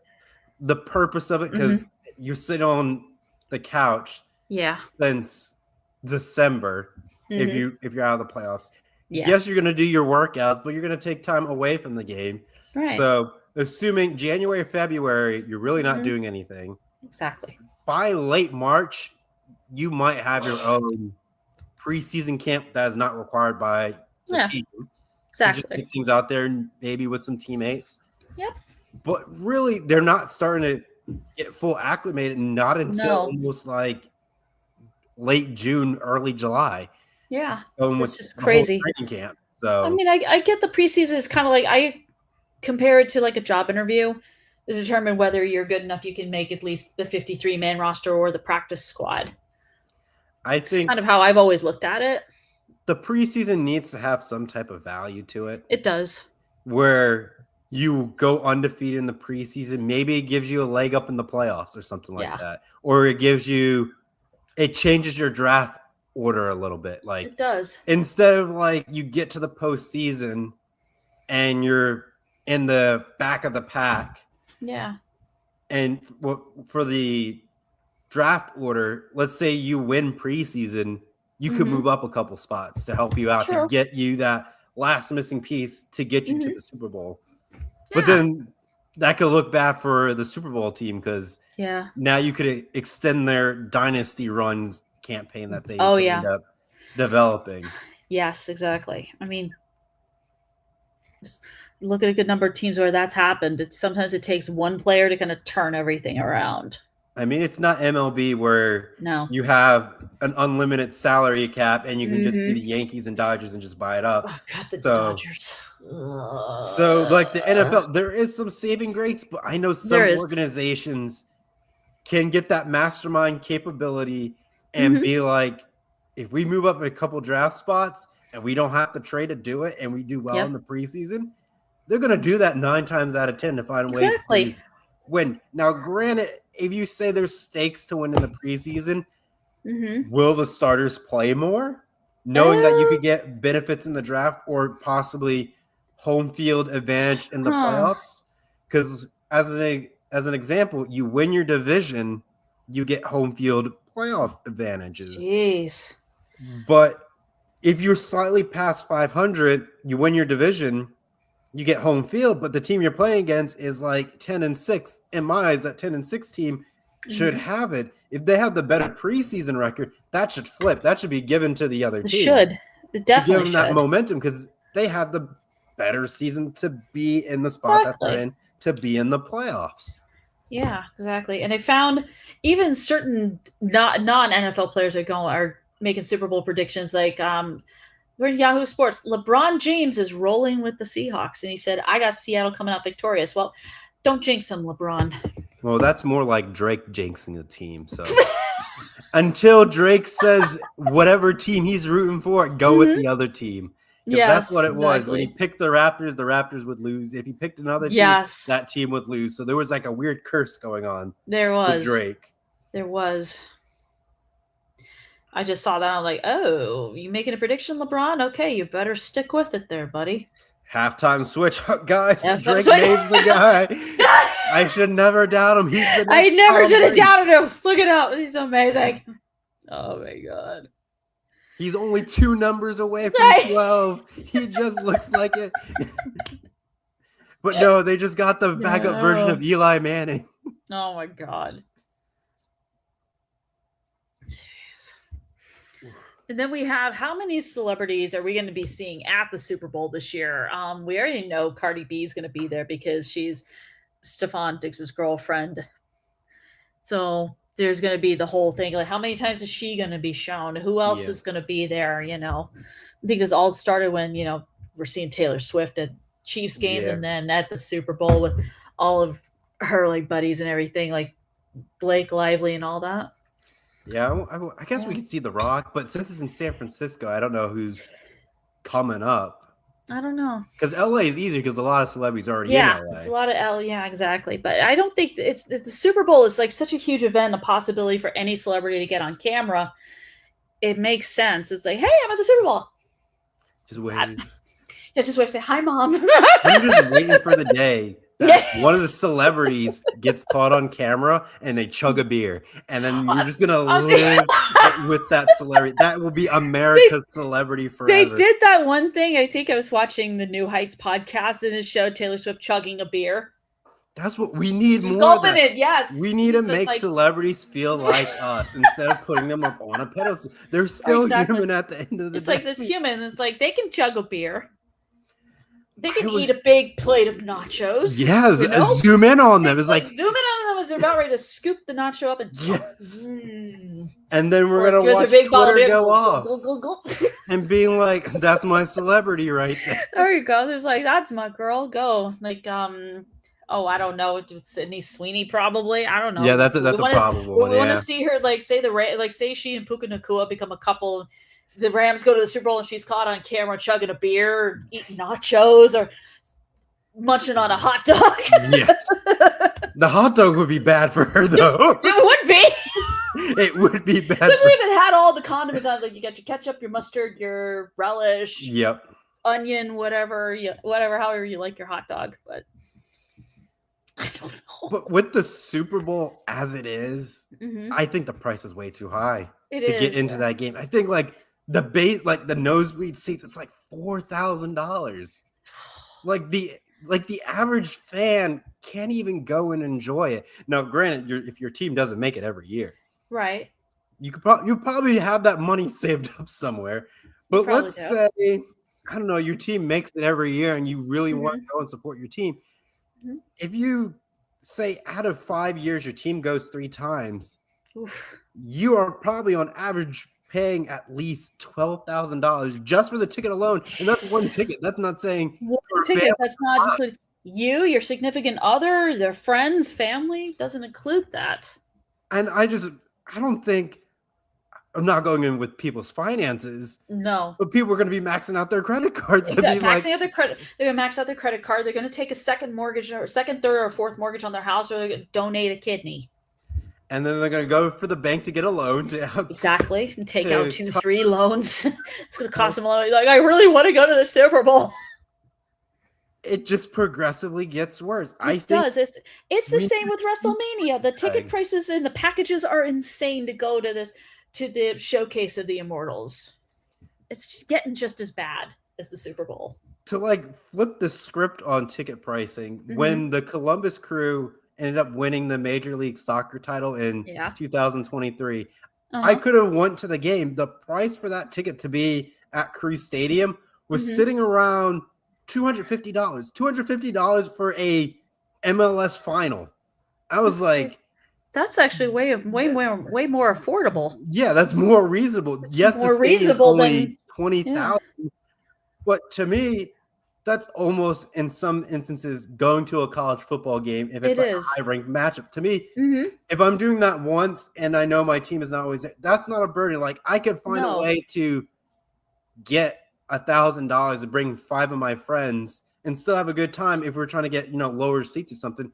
But when you have a small stadium like that, all seats are good seats. So you just getting in and paying $200, that's, easy said and done. $1,000 fees, slightly over. And most of the time your friends are going to chip in for that ticket price. So like you can for tickets, you add in like money for food, that sort of like any merchandise. If you want to buy like a Columbus Crew jersey or a t-shirt or a hat, something like that. But that's what the final should be. Like I understand the major ones should be priced higher because there's more demand out there. Yes, definitely. But I feel like you need a cap at least 500. You gotta, because like I said, you can't be charging $4,000 to get into a venue.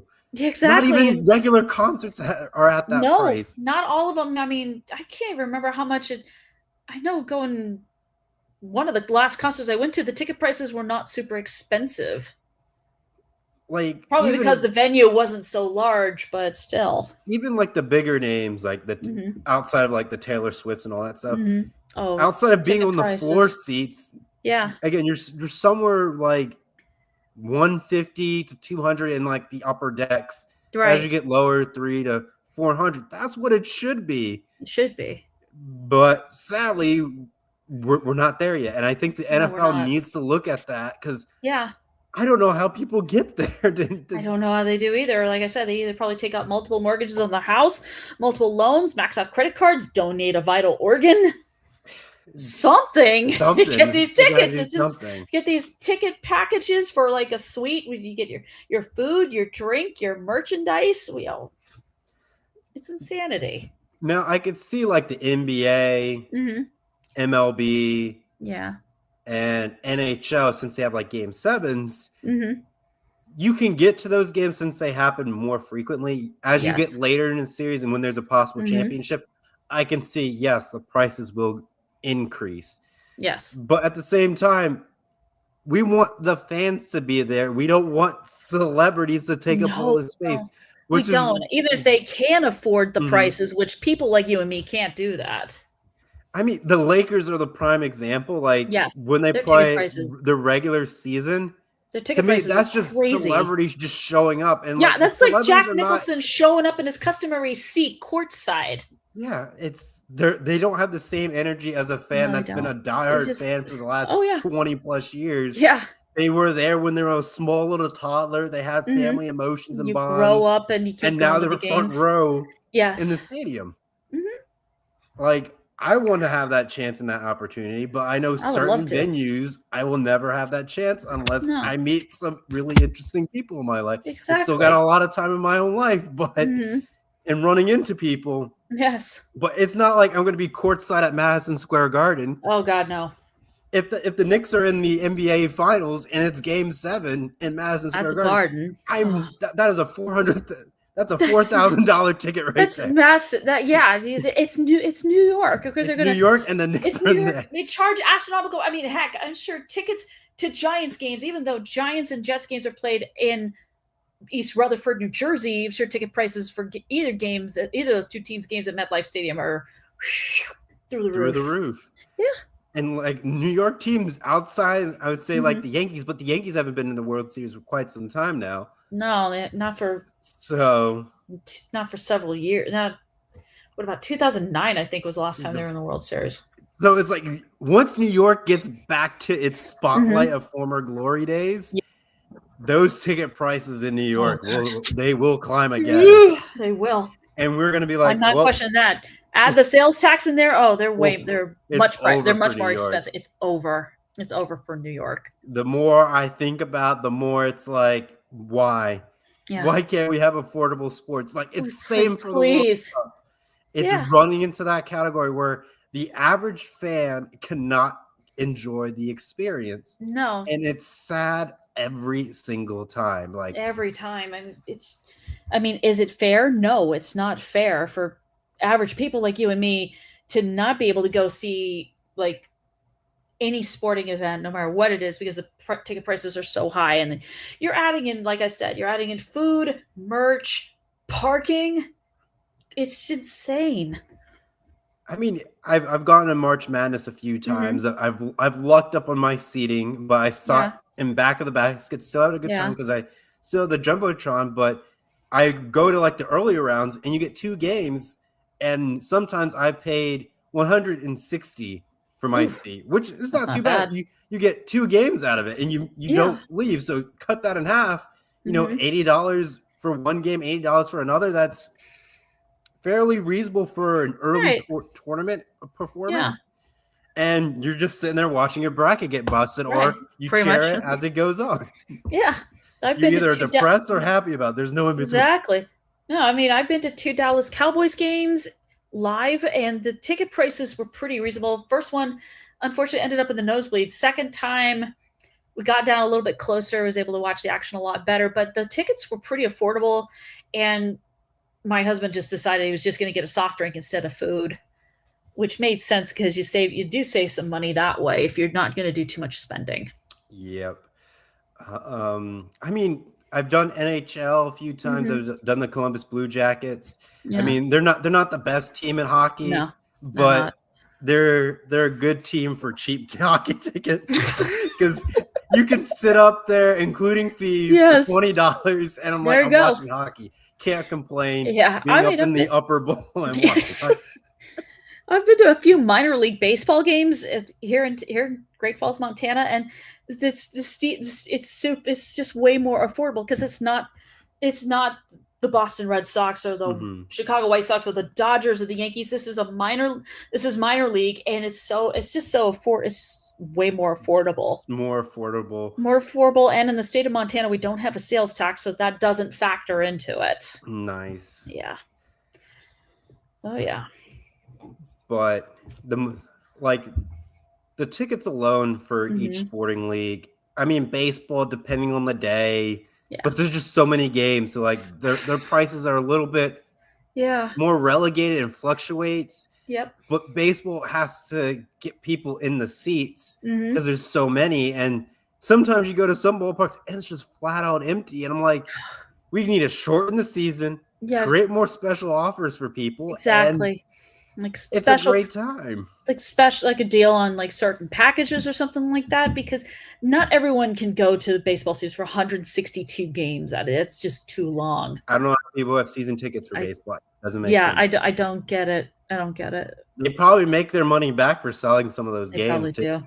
They probably do. I mean, like here, you want some?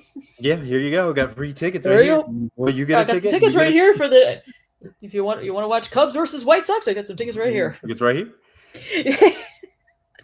I want to say, I mean, even with minor league baseball is interesting. It is. Yes, the major leagues do have their nights, but you really don't see them advertise it as well as the minor leagues. No, because everyone in the local community knows about certain nights. Yeah, and everyone goes when it's those nights. For example, in Columbus, for our minor league team, the Clippers, we have Dime a Dog Night where you can get hot dogs for 10 cents. Yes, they're boiled. Oh my God. They're not the best hot dogs, but you can get 5 hot dogs for 50 cents. It's a good deal. So if you're one of those people who want to do the 9 innings, 9 dogs, and 9 beers challenge, it's the perfect night for it. You can do that here in Columbus. Oh God! Dude, if you want to go to the minor league team here is called the Great Falls Voyagers. They will have like fireworks shows and they'll do fun things with kids, and it's just in between the baseball stuff. If you want to watch kids run after stuff, do little races or do hula hoops. I mean, it's so much fun, and they advertise it so well here. So, and outside of the ticket pricing, I know we have a lot of stadiums over the years that get abandoned as time progresses on. What is like one of the best ways for communities to try to revitalize those stadiums if they can't get a professional team to fill it? Like, I know you can do concerts and all that stuff, but outside of the times with concerts, the venue just kind of sits there at a It just sits depressing there. state. Yeah, it collects dust and all that stuff. I know in San Antonio with the Alamo Dome, they've tried with the UFL team that's now gone. I know they've tried to do all kinds of things with that place, even though the Spurs don't play there anymore. I know they tried doing concerts, events for kids. I don't know. I mean, I would say Columbus is on the lucky front that once the Crew moved to downtown, they didn't tear down the old Crew Stadium because they didn't know what to do with it. So the Crew ended up getting a minor league soccer team that plays there. Then they moved our women's team that we have. They moved them in. They play there sometimes. And then now we have the UFL team that we just got. And now I heard about them. Well. They're going to play there. This should be interesting. That's for sure. So it's like it's revitalizing that stadium because like the last stadium that probably I heard that was abandoned was the old minor league baseball stadium, and that never got picked up afterwards. But seeing certain things over the years of watching tracks that I grew up, for example, like NASCAR get demolished and ripped up, and I don't know about it. Right. It's just like, oh, so that track doesn't exist anymore. Like California Motor Speedway doesn't exist anymore. I'm like, that's a staple. I'm like, that is a staple. That's one of their racetracks. It's like if you're in San Diego, you know, I can think Callan can talk about this more than someone like me can. This Qualcomm Stadium got torn down. It's like, what the heck are you going to do with the stadium anyway? You're going to do like, I don't know, like so many. I don't know. Like in my hometown, like a town that's a little bit up north for me called like Nazareth, Pennsylvania. There used to be a motor speedway there, and NASCAR had a couple seasons there. IndyCar raced there, and then the Andretti family enjoyed that track. But as time progressed on, it went into abandonment, disarray, and I was like curious, saying, well, if I had an enterprise effort to go out and try to buy this track, I'm like saying, could I fix the track and bring back racing into that area? The biggest competitor is Pocono Raceway, and I don't think you can kind of beat Pocono Raceway. No, you can't, because that's been a major raceway for decades. Years. And it's the only triangle track that's in existence from what I know as well. Oh, okay. But knowing that was your only competitor, it's like, well, relatively similar in distance to get there. But I'm like thinking I could do other events that are there. But as I was doing the Google search, racing is prohibited from there. So I'm like saying, well, there goes that idea. Oh man. Like, well, I can't do anything with it. It's just like sell it away. It's like sell it away and hope whoever buys it does something nice with it. I think I feel like you could probably argue to get the community to get back behind and try to take that away. I understand race traffic is not the best kind of traffic to have. No, it's not. In those, smaller towns, and everyone's flocking to it and then flocking away from it. So road infrastructure is not there for it. No, it's not. Police presence to navigate all the traffic is going to be forced up to the roof. It just sounds like a nightmare. And there is a lot of abandoned stadiums, tracks, just around the U.S. And it's just one of those things, like us being passionate in sports. Yeah. The day that we have the Capitol, I guarantee you someone within ETB says we should just buy an abandoned stadium and have a sporting event. And then we have our own live broadcasting of ETB to cover it, and now we become a news network. It sounds perfect on paper. It does. Nick, go start working on the paper. Yeah, Nick, work on it, please. We need solutions. It would be great. We could have a stadium within each time zone. Yes. Outside of Alaska and Hawaii, because that just seems like a nightmare. And Hawaii would be nice, but I do not want to deal with the insurance behind that. No, and especially Hawaii is an honest to God tourist trap, pretty much. And then you have Alaska. And Alaska, I live there, but the thing about it is, unless you're like living in Anchorage or in the upper part of the state Fairbanks, forget it. I wouldn't say it's a wasteland, but it's not wasteland at all. It's just it's unique. Yes. It's interesting, but I don't think it would work unless you were in 2 out of the 3 cities that I mentioned: Anchorage, Fairbanks, and state capital Juneau. So for our abandoned stadiums, line us up. We can get one in the West Coast, Mountain Time, Central, and Eastern time zone. And I There's guarantee one, you, please. we can probably make We it can work. do this. I mean, I'm trying to think what would be the cheapest one to do. I don't know. I'm like thinking maybe just buying an old abandoned horse racing track to start with. I mean, it's just the dirt track. I mean, the dirt track. We can make something out of it. How bad could that be? Oh my god! Buy the track and call it the ETB RELAX Raceway. Oh gosh! Yeah, thanks. Oh my god! Oh, the ETB. I mean, it would be a beautiful sponsor. I can just see it now. Aaron Rodgers, you want to help us out there? You got the money. Like I said, we can get a GoFundMe. You get the community support. we gotta do it. Put the goal like 25. What would the goal be? Like what? $25,000. It depends how much work we have to put in. That's because you gotta build the grandstands, the snack bars, the restrooms, electricity, everything, Wi-Fi, the whole 9 yards. It runs. AT&T, help us out. But we'll lose a lot of rights if we bring a big corporation in, and we forget to read the fine print.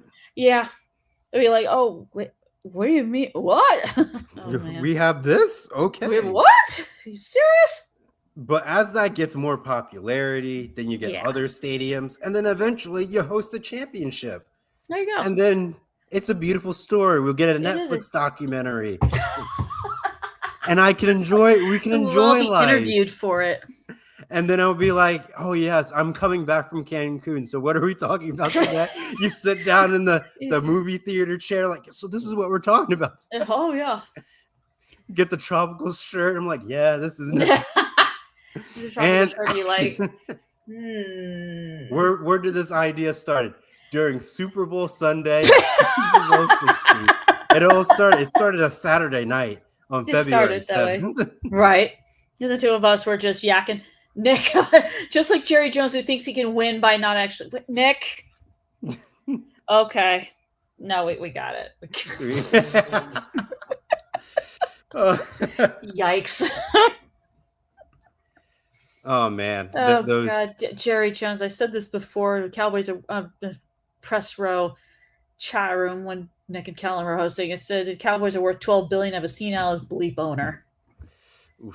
Which is the truth. I think he's senile. I'm really liking this. And we get some breaking news. The Cowboys are expected to place the franchise tag on George Pickens, according to Adam Schefter of ESPN. Oh, wow. Yeah. Yeah, Mr. Lamb, your buddy is going to get franchise tagged. He's coming back. Welcome back. Welcome back. Yeah. Yes. We missed you. We missed you. People up in the 200 sections. We missed you. That's on every sports document. Welcome back, number 3. The farewell to the fans. Yeah. Oh my God. Thanks a lot, Adam Schefter, for that news. Oh man. Oh boy. It's just the Cowboys had to hog some of the attention. Super Bowl's in San Francisco?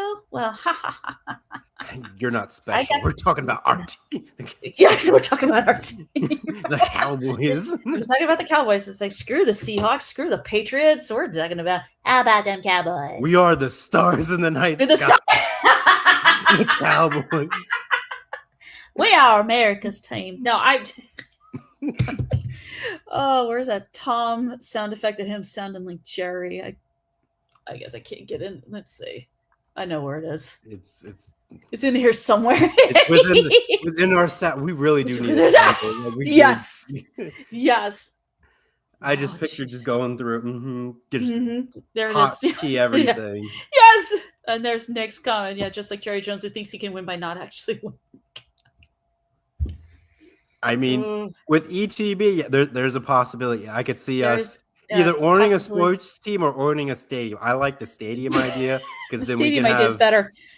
Yeah, different sporting events. This network can't put together $12 billion between all of us that work here, so we could say, Mr. Jones, we're going to make you an offer you can't refuse. Don't you worry, my Nigerian prince friend will help me out with the scam emails that we have, and we will find ways to make money. The link that your grandparents can't contact click on, Elon Musk and be like, Mr. Musk, can you help us out? We want to buy a team or a stadium. Can you help us out by the link letting us that have some people money? click on? We will get your money. Click. Your 401ks will be eradicated and eliminated. Not the 401k. Your stock options gone. Stock options, shares in whatever company you have, your gold bars. Yep. Oh, god damn. We'll get your oil money too. And then you'll see this beautiful stadium constructed. It's beautiful. It has the ETB logo on it, and we have sponsors. Like we're gonna have AT&T, we're gonna have Gatorade, we're gonna have Budweiser. Oh, it's gonna be beautiful. Doritos, have Verizon Wi-Fi capabilities with AT&T backing. Sounds T-Mobile. Get that T-Mobile in there. Yes, for the dead zones in the stadium. T-Mobile. We're gonna make sure there's no dead zones in there at all. Coverage will be everywhere. Nick says I'll put in a personal call Jeff Bezos. Get him on speed dial. Oh, here we go. Name it. ETB Stadium, presented by Amazon. Presented by Amazon. Or is it presented by Prime Video? I don't know. It would be by Prime Video. It would be Prime Video. For sure. For broadcasting purposes. For broadcasting purposes, but Amazon would be like, nope, we're co-owning this with you guys. And then instead of going to the concession stands in this stadium, yes, they're going to have drone delivery. So you never have to leave and miss the action. The drone will fly and give you your food. All you have to do is pull, if you're in your seat, you pull out a little almost looks like a walkie-talkie, but it's kind of has a screen, kind of like a phone, and you just put in what your order is. The drone goes and gets it and then flies back. No, we're gonna make this more difficult for our fans. That's what corporations like to do. We're gonna make you download another app because that's what we love in society. But to make it worse, Amazon Prime Food, order here. You're gonna try to use the app, but you're gonna get kicked off a few times. You're gonna be frustrated. And you're not gonna buy it. You're gonna be like, I don't need this. Working out the bugs and the glitches. Your Wi-Fi is not going to be as top par as you think it's going to be because there's going to be too many people trying to use it at the same exact time. Mm-hmm. Yes. We had the strategy. We had the marketing campaign. Yes. We just need you to donate today. Starting with a measly $5 will help our dreams become true. This is not make a wish. Here. No, it's not make a wish. This is our dream that we have. God damn. Oh. Super Bowl shows, ladies and gentlemen. You just don't know what you're gonna get. No, we could talk about randomly anything, and it doesn't matter if my Wi-Fi decided to act stupid or something. Spectrum, get your shit together. We gotta love Spectrum. Oh, we forgot to bring in Spectrum. We can get Spectrum, or you can do Xfinity or Comcast, or whatever your internet provider happens to be. Oh, we got to bring in DirecTV. I don't know where they are now. For HD TV, Direct YouTube TV. Ooh. Well, we can't say HD because we're on like 8K probably now. 8K, yeah. 4K, like 8K. That. Next thing you know, it's gonna be 10K. I'm gonna be like, oh boy. You're gonna be literally seeing every line on my face. Oh goddamn. No, they're just gonna see the hairs on your skin rise up when you get hair. It's like good to see the hairs rise up when you get goosebumps. Yep. That's what we're gonna do. It's like how they do like TV animation. For all the new stuff now, it's like we don't need that much sweat, graphics, like the sweat going down your side of your face. Oh man! And that's why we don't get animation films as fast enough because the details are too high. They're too much. It's like they got to make sure they're just right. Just right, just like on the Super Bowl grass that we've seen, where we have perfect Super Bowl and beautiful grass green with the paint exactly right. I wonder if the grass is going to have any issues. Oh, I don't know. Because you remember the one Super Bowl with the Eagles and Chiefs? No, that was in the. I would say, I don't know if it was the first or I want to say it was the second one or something like that. Last year's Super Bowl was in the Superdome in New Orleans. Yeah. So I don't think I think they have kind of synthetic grass. It's not AstroTurf, thank God, but it feels like grass, looks like grass, but it's not grass. So it doesn't tear up when the cleats dig into the ground or anything like that. Because there was I one think year. Levi Stadium is an outdoor stadium, so they probably do have natural grass. And that's going to get ripped up. There was one year that the grass was so bad, like the players had to switch cleats mid-game. I don't remember which one I want to say it was like the first Chiefs-Eagles Super Bowl. Like the field was that bad. 56, I think it was. 56 or 50. Yeah, 58, I think it was. So no, 56. 58 was Vegas. I think it was 57. I think it was. So hopefully the grass is not bad in this one, and no one's complaining about it. No, but the internet's undefeated, and they'll find ways to complain because that's how we are. Find ways to complain. Yeah, it wasn't done like this. It wasn't done like that. Why did he call this play? Why did he call that play? I mean, everyone's a coach or a referee in the Super Bowl. Armchair quarterback. That's pretty much it. The more control. Like, oh, I could have done that better. Yikes. Wow. So much going on. As we round out tonight's program, ladies and gentlemen, with 5 minutes left. Yes. What are your final thoughts going into Super Bowl Sunday? Oh, it's going to be the pregame coverage is going to be nauseating. That's for sure. And I'm probably going to get super impatient waiting for the game. Like, okay, any minute now. But I think it's going to be a fun game. It's going to be I think it's going to be an exciting game because this is like 10 years in the making. And I think we're just going to be in for one hell of a show. And it won't start on time. It says kickoff is at 6:30, but that's when we all know broadcasting is. They're probably not going to start until like 6:45, most likely. Right, because they got to go through the coin toss and God bless America, I think is the first one's going to get sung. Then you get the anthem. Then you're going to get the kickoff and all that other stuff. And then we're going to be off and running. Yep. And then TV timeout. Yeah. With 3 commercials. And then we're going to get with 3 brand new Super Bowl commercials. One of them is probably going to be a trailer for a movie coming up. Like, coming up May 16, 2026 or something. Breaking news. There is no movie trailer. There's no movie trailer. And then they start reeling as a movie trailer, but like, guys, we fooled you. No movie trailer. No, fooled you. This is a commercial for Progressive. Well, it was Hulu. Oh yeah, I think did it last year where they did their commercial but paused the TV and people thought the TV was actually paused and like the TV. And then lo and behold, it was the commercial. Like it was like the exact setup of how people who stream on Hulu we're going to do. Like broadcasters for the Super Bowl and everything was identical. And then it paused or got disconnected. And I'm like, disconnected. Like, wait, what happened? Like, that's not how it should have gone. Yes. But the Super Bowl, I think, is going to be a heck of a lot of fun.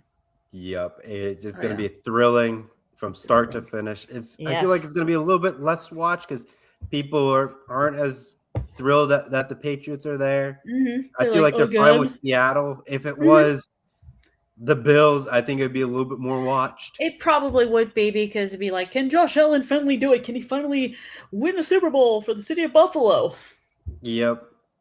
Or if it was with Bo Nix and the Broncos, that would be something interesting as well. Oh yeah, exactly. That would have been something. Or the Rams. I mean, it doesn't matter. We're getting the game that we're getting right now. Certainly we are. Just want to give what's going on as we round things out. Yes. If you could enjoy enough of ETB, we got another 2 hours for you for the lounge within an hour after this goes off. Go to the bathroom, get your snacks for a little late night edition of ready ETB for the lounge. Yes. At 9 p.m. Eastern time, 6 p.m. Pacific time. So if you couldn't get enough of our banter for the last hour that we were on here and our fantasies of owning a stadium or a professional sports team, or something you can get more good coverage of our Super Bowl action on the lounge. I'm sure tonight, Nick ladies D and the gentlemen. guys are going to have fun on the lounge with that one if they're going to pick up that topic where we left off. I know. They're going to start at the Yes, idea they're of gonna- buying the expansion teams now, ladies and gentlemen. Yes. Just now. And the stadium's probably going to have a stage where Nick D can do comedy. That would be hilarious. Give us Saturday Night Live, ladies and Give gentlemen. us Saturday Night Live. Yes, exactly. And then for our Sunday activities, ladies and There you gentlemen, go. for more Super Bowl coverage on actual Super Bowl Sunday with Zane Zingers Part 2, ladies and gentlemen, with Gridiron Gurus, 11 a.m. to 1 p.m. Eastern time on Sunday. And then we followed up with Press Row leading up to the Super Bowl almost, ladies and gentlemen, from I would say post-game. Well, wait, there's also You're doing post-game press coverage. row. Yes, press rows leading up to the Super Bowl, and then there's going to be a post-game coverage of the Super Bowl as well, ladies and gentlemen. So hosted by Ben Cruz and Tom Albano. Yep. So we got a full slate on Sunday. Full. So if you couldn't have us enough tonight, but we give you a round 2 tomorrow. There's more where that came from. So hold your nuggets, ladies and gentlemen. Hold on to and them. we're going to send you on out of here for this tonight's edition of Gridiron Gridlock, ladies and gentlemen. Take care and enjoy your Saturday night. So long for now. Yeah. Bye-bye. Bye.